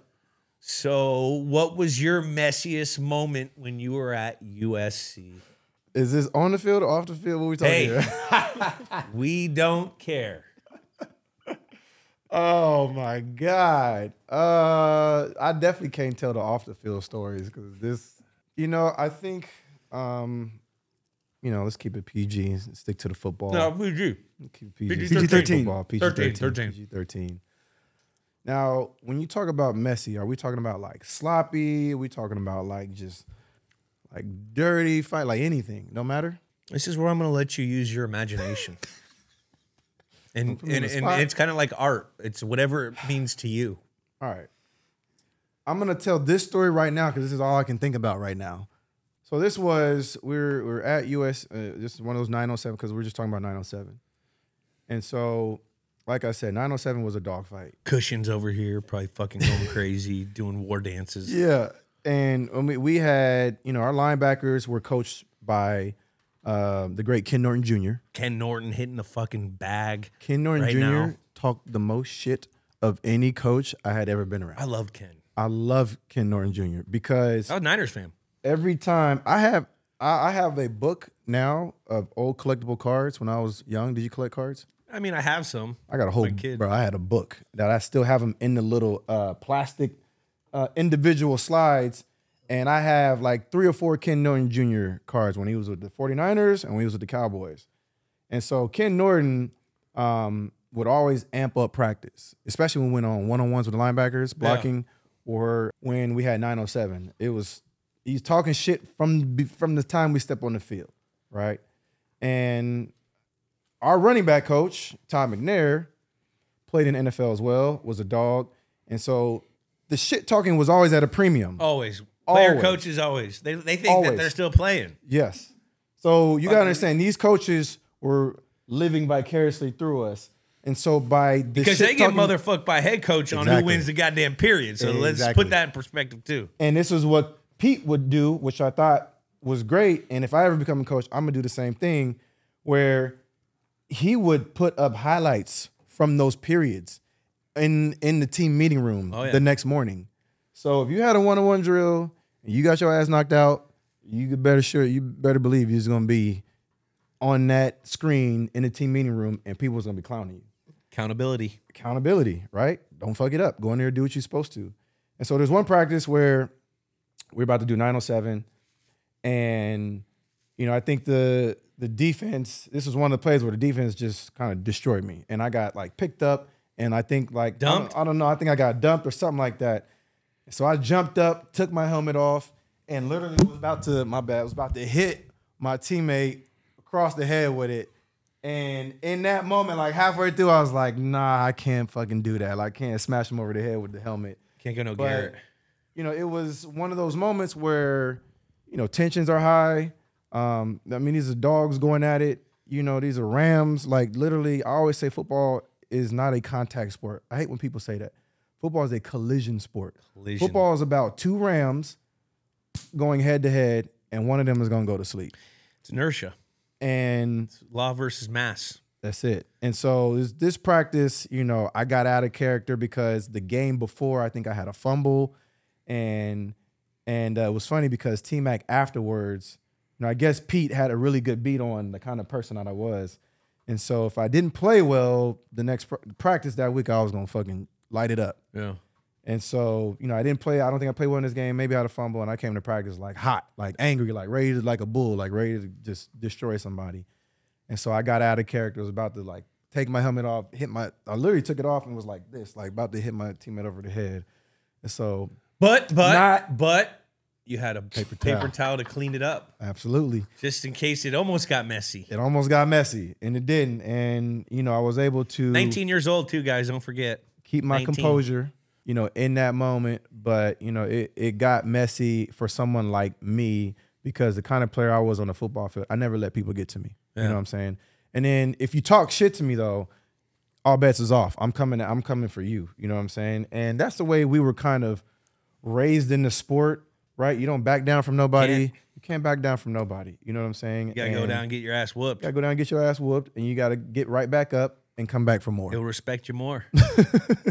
So, that was one of my messy moments, that I think about when I was at USC. I'm not proud of it. Even to this day, I think about like, man, why the hell did I do that? Like, why did I take my helmet off like I was about to? It's football. I got one thing. Let me give you one more messy moment. All right, it just came to my head. But I got one thing. I gotta address one thing. As a really, I was known to fight in practice. Sometimes plan to get some juice. You had to do the fight to get the juice for the boys. Yep. If I were to ever fight you, you can't take your helmet off. That's rule number one. Exactly. That's part of the reason why it's messy. Your helmet off. You got the helmet on. Exactly. And you got the helmet on. That's protection. Have you listened to this? This is so funny because that's the last time I took my helmet off.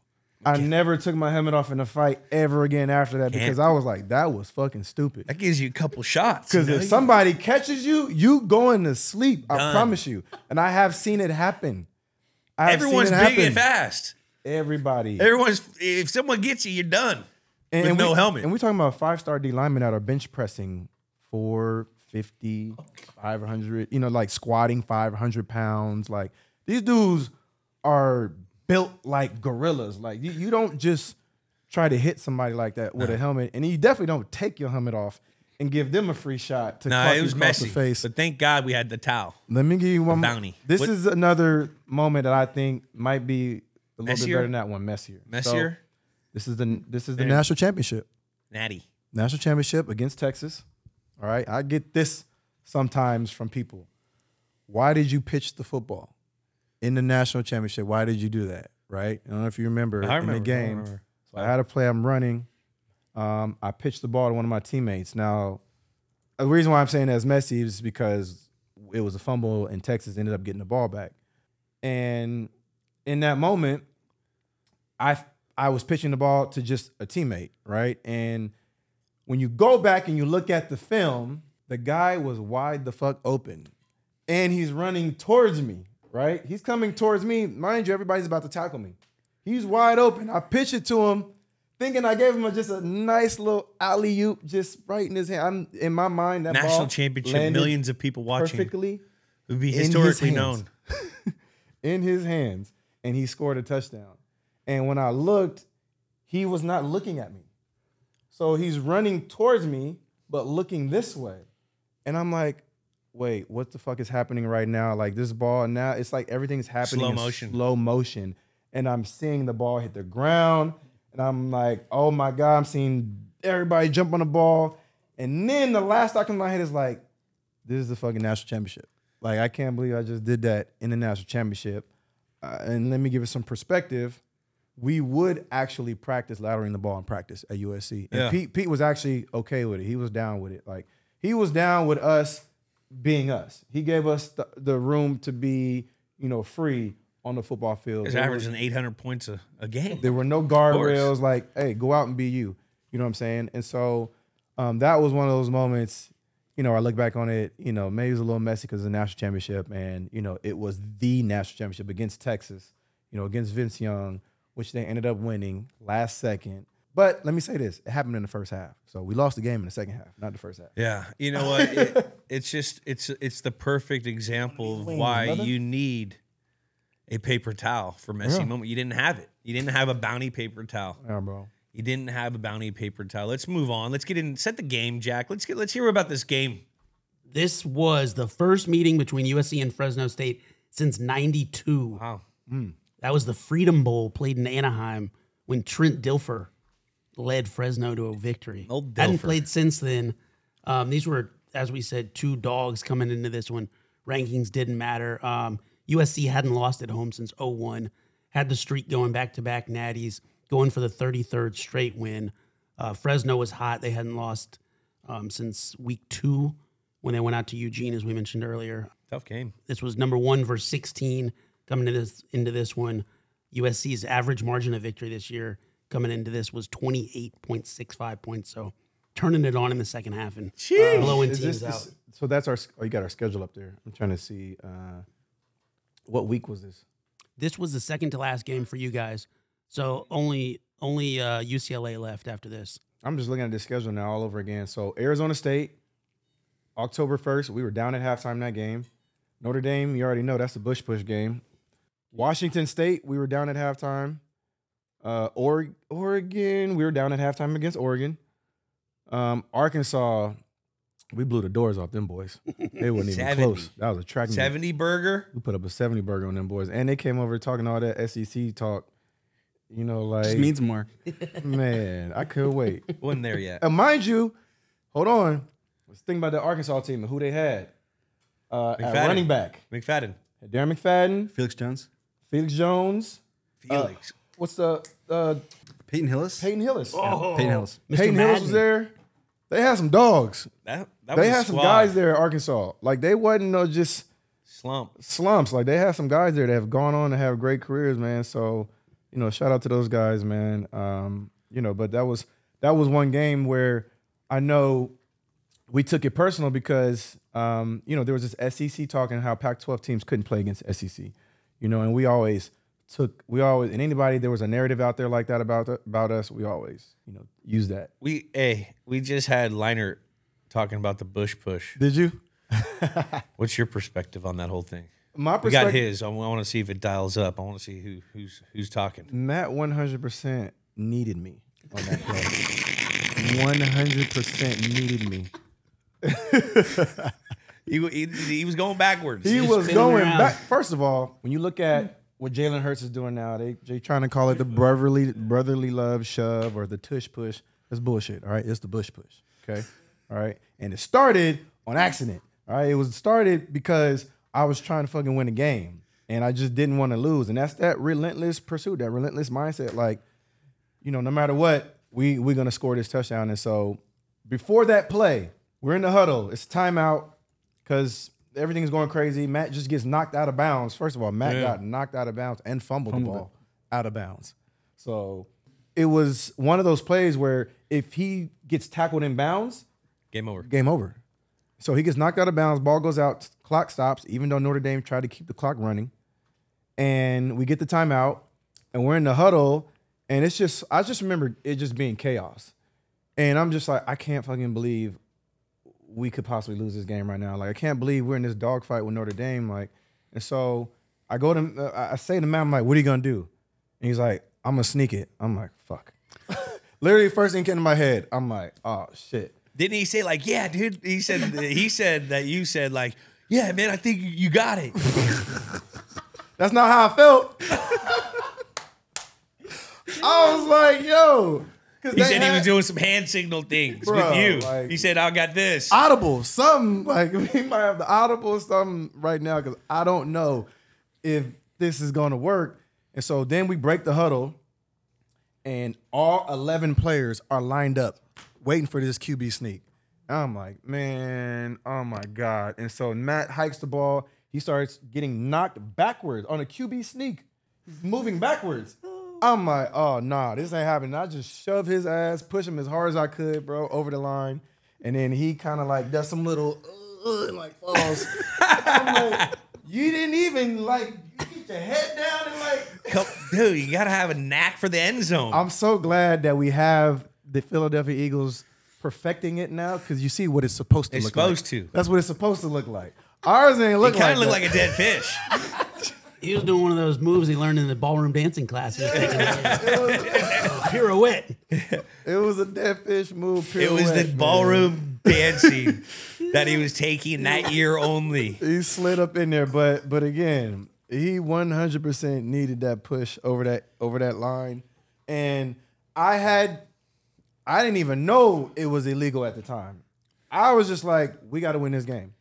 And, you know, the rest is history. And so, you know, but yeah, man, that game, you know, was crazy. Let's get back to this Fresno State game. Wild. Shootout all game. Let's start. We love talking celebrities on the sidelines. So before we get into it, Marcus Allen, Spike Lee, Rick Fox, and George Clinton were all there. George Clinton actually played with the band, which was pretty dope. And most likely Snoop Dogg, The Game, Will Ferrell. I was going to say, I'm sure there were other ones. They're all there too. I'm 100%. Over 900 yards of total offense in this one. Jesus. But the real story was 513 all-purpose yards from Reggie. Yeah. 294 yards on the ground, 68 receiving, 2 tutties, and then 151 in return yards. I was going off in the return game. It was insane. I was going off in the return game. Punts, right? Punts, kickoffs too. I was going off of this game. And somehow with 6 turnovers in the second half, somehow Fresno State hung around. Bro. And this is a 1-score game. And we put up 50. Insane. It wasn't like we didn't score points. Right. Yeah. Like, we put up 50 points, and they had 6 turnovers and still Put up 42. knocking on the door. Insane. It was just a wild game in every sense of the word. Shootout in the Coliseum, and, of course, one of Reggie's best games of all time. And I have to say this. The one and only turnover was my fumble. That on kick the return. kickoff. I made a bad read. I don't remember which way the kickoff return was supposed to go, but I went the opposite way because where they kicked the ball to me, I was kind of deep, and they had done a great job. I remember one guy was like knifing in to like tackle me, you know, from the kickoff team from Fresno State, and so I tried to just improvise, put my foot in the ground, and I went away from where the Play call was supposed to go, and I went the complete opposite way, and I tried to make a move on the guy and stuck the ball out like this. Yep. And he just hit it right out of my hands. And, I mean, that was such a gut-wrenching feeling because I think it was towards the end of the game. Yeah, that was they ended up scoring 2 touchdowns in 12 seconds there. Exactly. 9 minutes left, so it was crunch time. They took the lead 42-41. And whenever you abort the play call on a kickoff return, Our special teams coordinator, Scotty O'Brien, used to say, "You're at the grace of God." He goes, because the guys are they're setting their angles and they're pushing guys that way. Yep. So there's a free run to the receiver or the returner. And I tried to be Superman on that play, which was again not smart, but it's just caught up in the nature of the game and just made a bad move, bad decision, and didn't protect the football. But then you pulled it out. I saw you pull the Superman out after the throw or the cutback, the infamous cutback. Is the cutback the Heisman moment? I think so. I think it is. I think that was a moment. That's when you knew you had it? Or were you still nervous? After this game is when I felt like I had solidified it. Because it was still, talk about, some other guys. I think Adrian Peterson was up for the Heisman Trophy this year. Yeah. I think Vince Young. D'Angelo Williams was even in the talk. D'Angelo. Shout out to D'Angelo and Vince, my guys. And that's what I love about, games like this. I've built friendships with guys now that, I played against Vince Young and they beat us and me and him are cool now and friends. And so, it's just great. That's why I love the game. But I was cool with Vince until I hit him and I broke my back. Fucking, this wasn't like. When was this? This wasn't college Vince when he was thin, and so this is Philadelphia Vince when I was playing defense, and Vince was a little thicker. I hit him square in the middle. I broke my back. I led the league in hot packs from there on out. That's what my lead stat was. Oh my God, that's funny, man. Hey, everybody get them moments where you. No, I hit him. Oh. Yeah, he was standing but you hit a brick wall. Brick. And I you go high, you get a penalty because I was playing corner. I had a corner blitz. Wait, you was playing corner? Yeah, I played corner with New England for a while. So I had a corner blitz, and wait, I wasn't when gonna was go this? Why don't I read? Why am I not? I played like 4 or 5 games at corner when we went to the Super Bowl. 4 or 5 games. You made it sound like it was a couple of years. I'm like, nah, but we went to the Super Bowl that year. AFC Championship. I had like. Why did 30 you end up plays. playing corner? We were getting guys off the street. We were banged up. Guys was hurt. Okay, I do remember this now. We were banged up. What was that like? It was crazy. Playing corner as my first NFL slot receiver trying to make the transition. Yeah, dude, my first game was against the Jets when LT was there, and my first play I tackled him. I had to tackle him. Went low. I hurt him actually. I felt bad because I loved LT when he was on San Diego. That is crazy. I think I ended his career with an MCL because then he retired after that. He was like old. Yeah. He was old LT. He was Jets old. Yeah, the game retired him, man. Well, once we get to that point. Running backs, man. That's tough. That is tough. It's a hard position. And the position has been watered down. And you know what else is a hard position? Being down 6 points at halftime, 23-13. What'd Pete say? Pete probably came in there with one of his chewing his gum, one of his speeches talking about like, let's just keep doing what we're gonna do, guys, and we're gonna get them at halftime. Oh, so this is what Pete loved to say. He would always come in the locker room doing this. Can you beat them in the first quarter? Everybody be like, no. Can you beat them in the second quarter? No, you can beat them in the third quarter. No. But can you beat them in the fourth quarter? Everybody go, yeah, let's go, let's fucking go. And so it was always this mindset of like 4 quarters. We gotta play for 4 quarters. Finish. And everything that we did in practice was about finishing.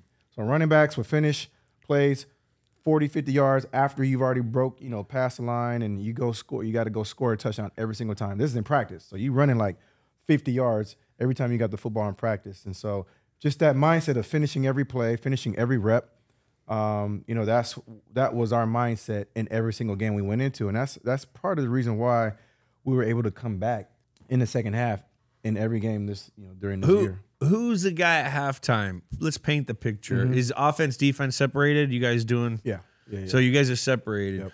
Who's the guy when everyone comes together that's who's talking on this team? Who's the guy that say, all right, who's the, there's always that guy. It was always Pete. Pete? There was no player? Who's the player? We had. What was Cushion doing over the defense? Was he going crazy? Cush was a young buck. Cush couldn't say nothing. He didn't have enough respect yet. You know what I'm saying? Yeah. No, I was playing. But you got to earn your stripe. You know how it is. Yeah, it is. When you're a young who's gun, the guy that had the stripes? Leinart. So Leinart was the rah-rah guy? Lindell, not rah-rah guy, because our entire team was rah-rah. You know what I'm saying? Like, we were all amped up, crazy, young. Like, all we were about was just getting it popping. You know what I'm saying? And getting on the football field, hitting somebody in the mouth. Our defense, all they all talked about was just hitting somebody in the mouth. You know what I'm saying? Having that mindset of like trying to literally knocking guys on their backs, right? And not trying to end guys' careers. Because when I say this, and everybody don't understand this, but like literally when you say taking somebody's head off, we understand like that you're not trying to end the guy's career, but it's literally like you're trying to go in there and tattoo somebody. Back in the 90s, motherfuckers are trying to end people's careers. Get out of here. When we were kids, you were taught to put your helmet right on that guy's helmet. On that guy's helmet. Now, whatever happens to him after that is not on you. Yeah. But this is the nature of the game. Kill people out there back in the day. Taking somebody's head off. But I don't literally am not trying to end your career. You know what I'm saying? Because we understand that within the physical play of it, people can get injured, people can get hurt. And so that's just the nature. It's a jungle. It is what it is. This ain't basketball. All right. This ain't even hockey. All right. Football is a jungle inside those trenches. In between those linebackers, D linemen, offense linemen, and running backs and tight ends, it's a jungle in there. Well, what are you shaking your head over there for, Kyler? Hockey, you know, hockey's a tough sport. No, hockey's a tough sport. Those motherfuckers are flying.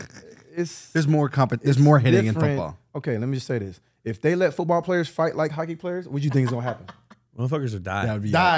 Dead. It would be hilarious on ice, though. Okay, so you already got one difference right there. We can't fight like that because if we did, somebody gonna get hurt. Somebody gonna be in the hospital. I promise you. JJ Watt's a hell of a hockey player. Ain't no refs just going back up. Kelsey and brothers let you too. It out. You remember when what's his name from Houston fought? Andre Johnson. Andre Johnson fought Cortland Finnegan. Cortland Finnegan. You can't punch a face mask. No, you cannot. No, that's why you got to rip helmet off. Rip helmets and then off. hit. Again, It's like fucking. It's like D2 Mighty Ducks. Gloves, shirt, helmet, or whatever. You know, gotta go up to Compton and get fucking tied up. The other thing that is crazy about our game that we play is that there's no weight class. No. Right? When you box, you fight somebody in your weight class. In football, I had to fucking face Vince Wilfork playing these dudes. Shout out Big Vince. Hold on, let me tell you a story about Vince, though. This is crazy. One time, me and Mayo was about to get into a fight after a play. This is when I was in Miami, and I was running the shit out of the ball that year. And Vince, it was like a little brawl, like a little mini brawl, like a couple guys getting into it, but me and Mayo was like at the center of it. Vince came over there, and literally his presence like broke it up, and like in sync, everybody turned around and went to their huddle. Offense and defense. It was like the parting of the Red Sea. Like once he came over there, it was like, all right, you right. You know what it's like? You go back. It's like a lion fighting a fucking gazelle, and all of a sudden the rhino walks out the fucking water. Yeah, exactly. Because you know the rhino's the baddest, the fastest motherfucker out there. They don't say nothing. They all just, all right. Everybody, that fight stopped so quick on the dime. I was like, yeah, all right, you got it. We're going to go ahead and go to our sides and get back to the game. This wrapping up this game, 50-42 is the final score. Yeah. I love Pete Carroll's kind of like a Pete-ism after this when he said Reggie was firing and roaring all night. I like how Pete talks. His diction's hilarious to me. Man, that quote summed it up for me. You know, it was one of those games where one, they fed me the ball a lot, and you know everything was working right. The return game was working really well. Catching them edges. Catching them edges and hitting them seams on punt returns and kick returns, catching the ball out of the backfield and then running the football obviously as well. This is one of the games where they really fed me the rock, you know. And I don't want to say that this was a game where it was like just one of those magical performances because I went into every game with the same mindset. The same mindset I had here was the same mindset I had in that Texas game against Hawaii, against Arizona State. It didn't matter. But this is one of those games where everything was working, and every time they fed me the ball, it was just like my offensive line big holes, you know, opportunities. It was open. You said your mindset. You probably, you know, in college, your mindset was I'm the baddest motherfucker on the field. Absolutely. Anytime I step on. Now, did that mindset change when you got to the league and everyone was fucking that guy? Hell yeah. Everyone has changed quick. Like my first preseason game, it changed. Hemi University, a lot of Hemis. Nope. Yep. So my first preseason game was against the Dallas Cowboys, and they had DeMarcus Ware. And Drew threw a wide route to me. And now usually I outrun defensive ends. Easy. In college level, easy outrun defensive ends. And it was, I think we were on the 5-yard line. So we were about to score. This boy tackled me on the 4-yard line. mind you, and I had a step on him and caught me. And once that happened, I was like, oh, it's different up here. Now, how did you have to change? How did you have to change? How did it prepare you? So I had to change my mindset with the way that I read the defense and with the way that I approach running the football in between tackles. Because at the college level, you can get away with outrunning people, right? You can get away with, just flying past somebody. You can get away with some of those holes, it's about as wide as this room right here.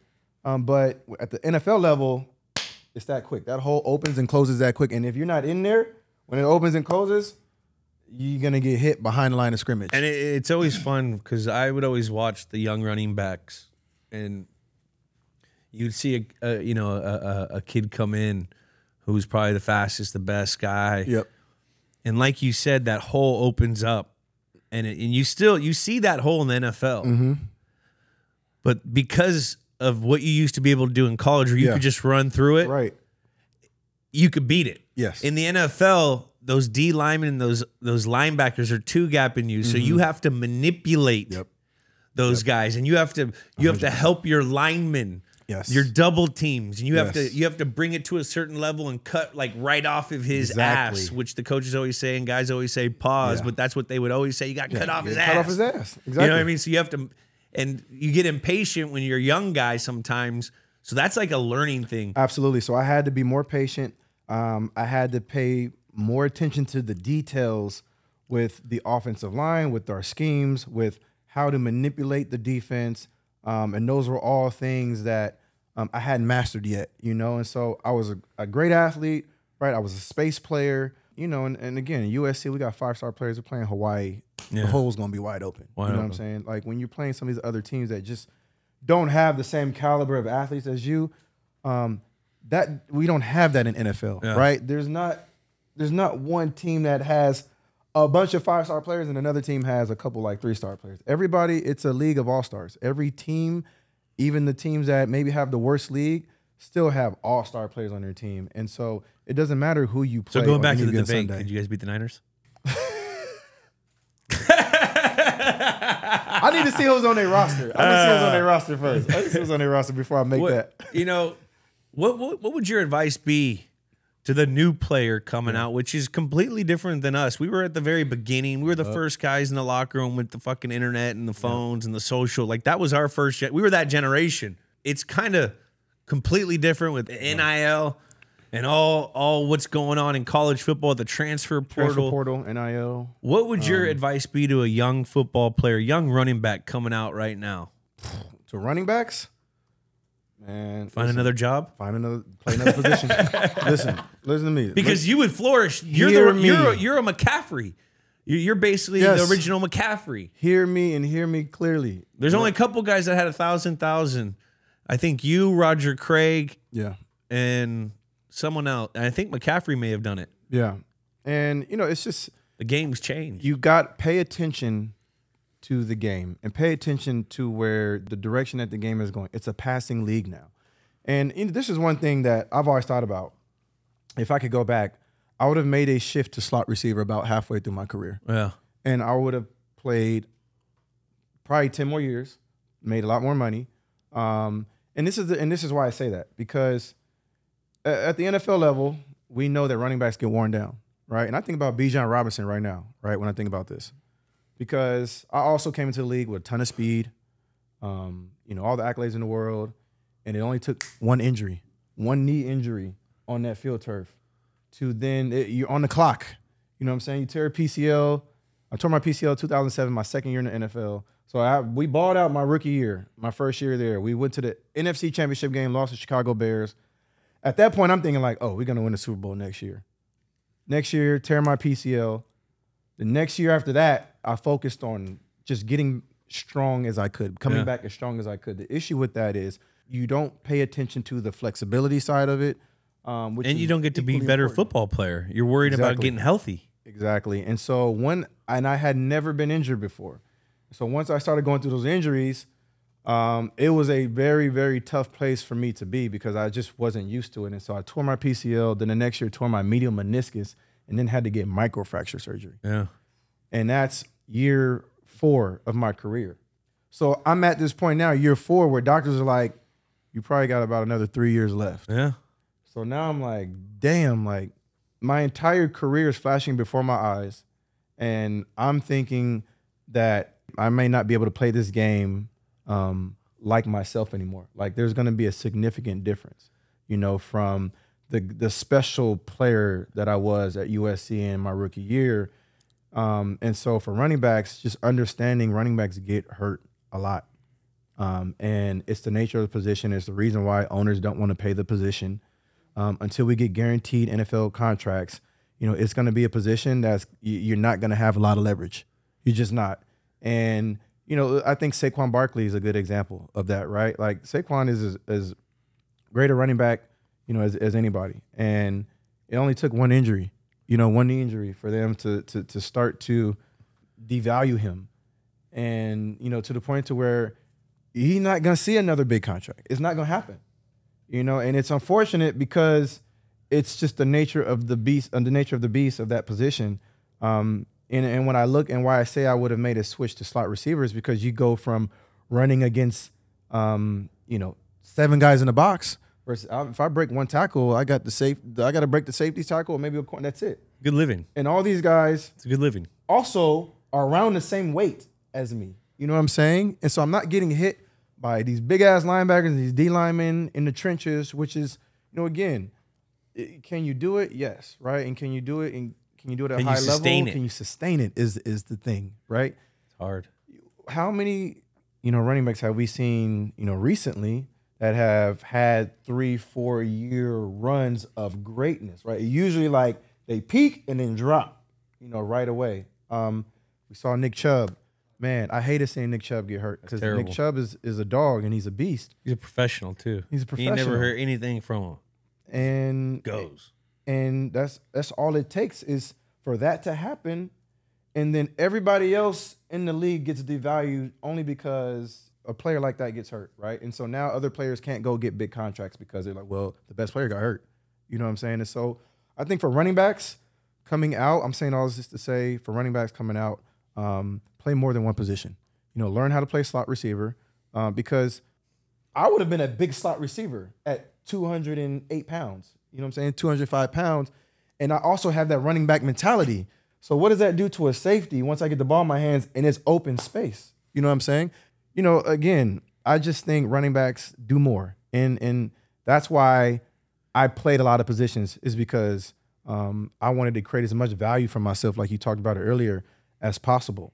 I didn't want there to be one situation where a coach didn't need me, right? Kickoff, punt return, catching the ball out of the backfield, running the ball between tackles, or playing receiver. Like, I wanted to do everything, and I wanted to excel at that so that they couldn't take me off the football field. And that's what you displayed here against Fresno State in 2005 in all 3 facets of the game, through the air, on the ground, and in special teams. Jackie, what's the aftermath of this baby? After this game, the wheels fell off for Fresno State. Lost their final 3 games. Lost to Tulsa in the Liberty Bowl. USC went on to beat number 11 UCLA. Finished the regular season undefeated. Reggie won the Heisman, and USC lost to Texas in that epic national championship game. Man. That was a dogfight, man, in the national championship game. I'll have to save that for another one. Got to come back and talk about it. So what's up with the Pac-12? Are you sad? R.I.P. It's gone. Yeah, man. It's on the officials. It's on sad. them. Yeah. They're smug, the Pac-12. It's, you know what? This is the state of college football. It's a mess. That's where it's at right now. And it's unfortunate to see that because there are too many chefs in the kitchen, too many people trying to make decisions on the most basic, simple things. Like, why don't we have a true playoff system, right? The NFL would never be caught in a situation like this, right? Where Georgia gets penalized 5 spots for losing a game in the last 5 seconds. You know what I'm saying? And not being in playoffs. And Alabama jumping 4 spots, you know, it's all crazy, man. And it literally doesn't make sense. And when you say that there's people in a room making this decision, that's already worries me. I'm already worried because what are they looking at? Y'all. Did they play? Dollar bill, y'all. Did they play the game? Like, do they have 10-year careers in the league? And so they're using AI now, dude. That's who's doing it.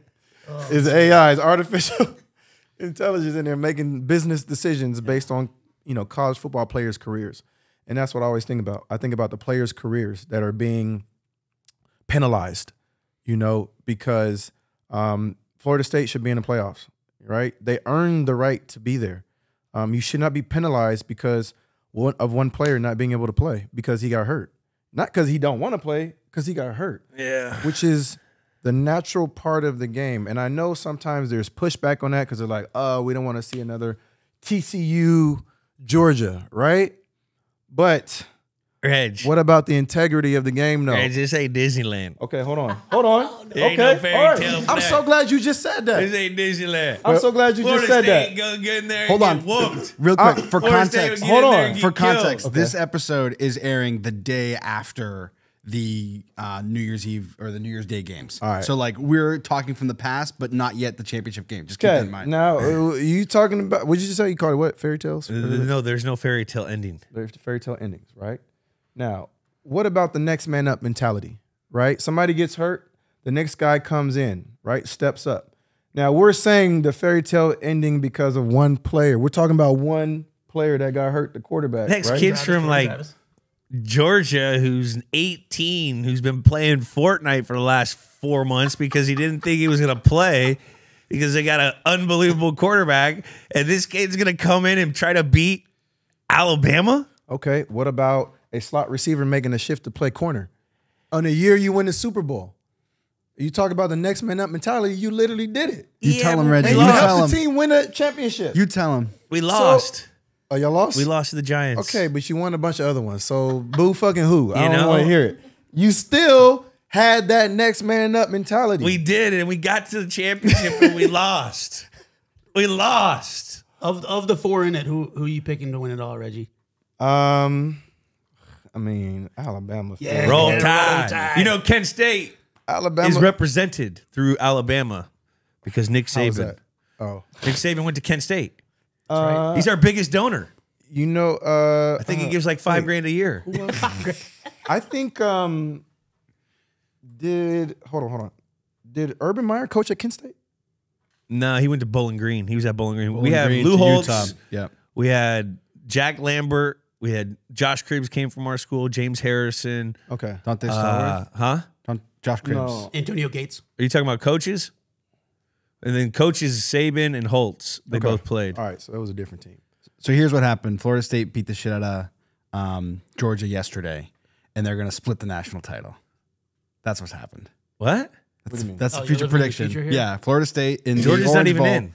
No, Florida State beat Georgia in the Orange Bowl. Oh, And they're going to split the national championship. You heard they it here can't do first. that. They can't do that. Bama's gonna win it all. We baby. split the national championship my freshman year. And you with- deserved with it. Auburn. Was it Auburn?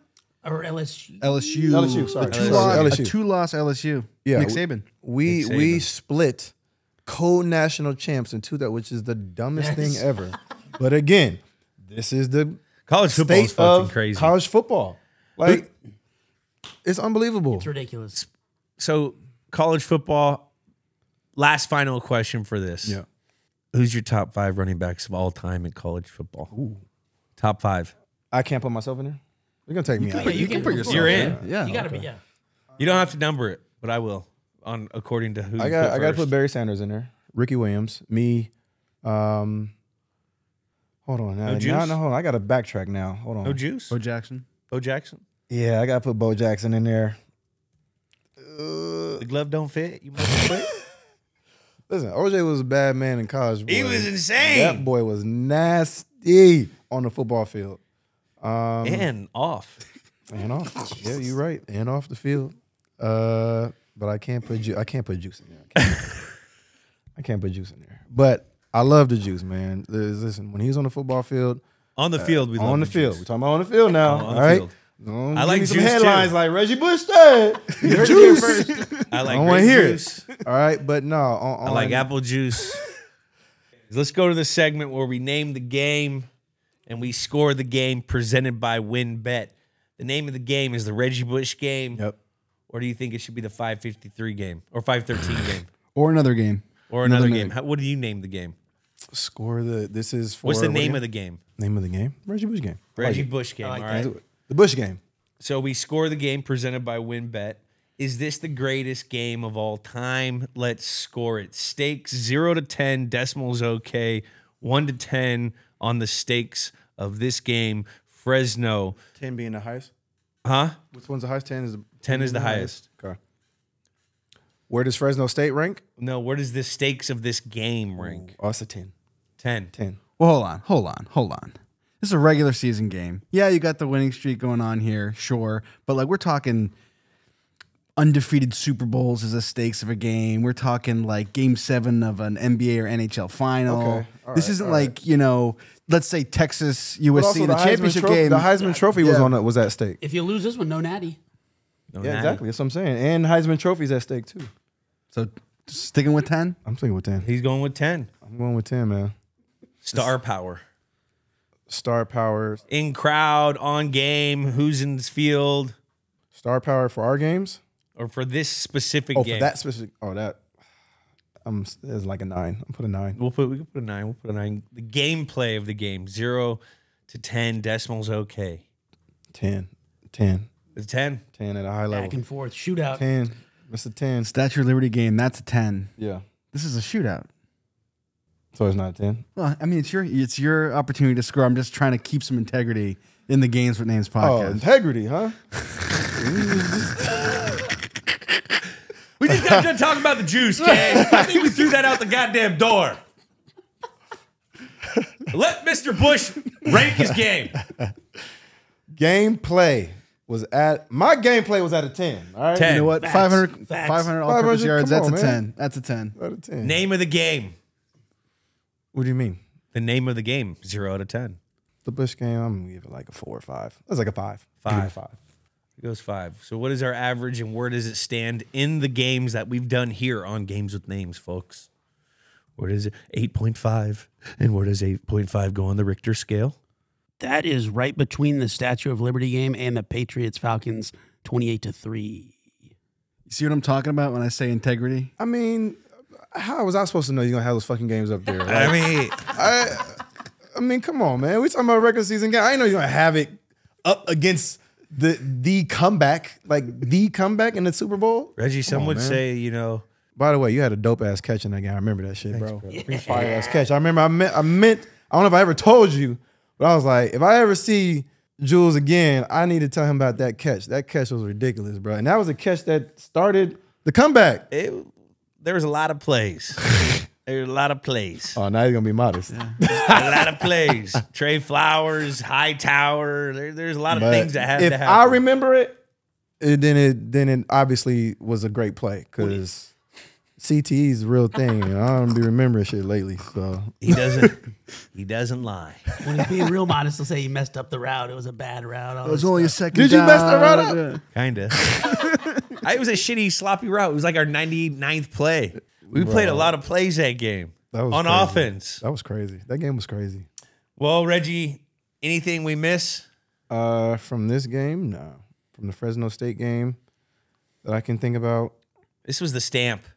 This was the stamp this game, man. This was the stamp to watching arguably the best college football player of all time. I appreciate it, man. Nah, Thank you, we bro. appreciate you coming out. You got to plug Yeah. anything? You got anything? Last time I saw you, you came and stayed at my house in Boston. You had a backpack with speakers on that you were trying to sell to me. Now, what do we got? We got anything? Man, we done come a long way, bro. That done came a long way. It Man, was co-working at my I house. was working with this company that the idea of it was kind of cool, but it was basically I don't even know what happened to this company. My money is gone, by the way. My investment is gone. Damn. All right, we ain't make no money on that investment. But the idea was a backpack that had these speakers in it, so and it was kind of a smaller backpack, so that when you're listening to your music, you're getting like the full effect of like.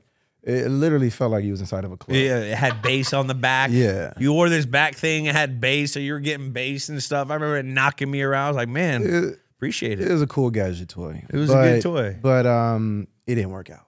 You know, so What do you got now, though? right now, you see I'm rocking Travis Matthew. Bro, the swing is looking dialed, by the way. Thank you, man. I was on your Appreciate Instagram it. this morning. Thank you, man. Appreciate it. I worked on it. I appreciate it. I worked hard for that compliment too, right there. Bro, that's like top 5 compliment you can get. Or, I mean, if anybody says that to me, I'm like, oh, yeah. So I'm working with Travis Matthew, and I'm going to be launching my own golf clothing line with the Travis Matthew brand, which I'm very proud of. And it's my first opportunity to step into the clothing design business, which I've always wanted to get into it. I just never knew how it was going to happen. And, you know, through the grace of God and some opportunities, you know, in the golf game and golf space, which is where I'm focusing a lot of my attention is in the golf space. I'm able to partner with someone like Travis Matthew. So we're going to be launching our own clothing line. I'll get you some stuff. You man. got it. I'm gonna You hook got it. up. I mean, from It's the going to be looks fly of it, too. it looks gonna be fly. comfortable, fashionable, Comfortable. It's going to and be it fashionable. probably makes a couple of your strokes go down. Yeah. That's where we're going to sell. Travis Matthew, guys, go check it out. It's coming. Yeah. Coming Golf soon. is huge. Everyone loves it. Thank you, Reggie, for coming on. Sure, I bro. appreciate you. Appreciate you, man. I'm a little sad that we didn't get into the old 14 stories, but we'll leave that for another time. I'll say that for another time. And that's been another episode of Games with Names presented by WinBet. Remember to follow Games with Names on YouTube, Instagram, X, TikTok, and Snapchat. We'll see you next week, guys. Later. Games with Names is a production of iHeartRadio. For more podcasts from iHeartRadio, visit the iHeartRadio app, Apple Podcasts, or wherever you get your podcasts.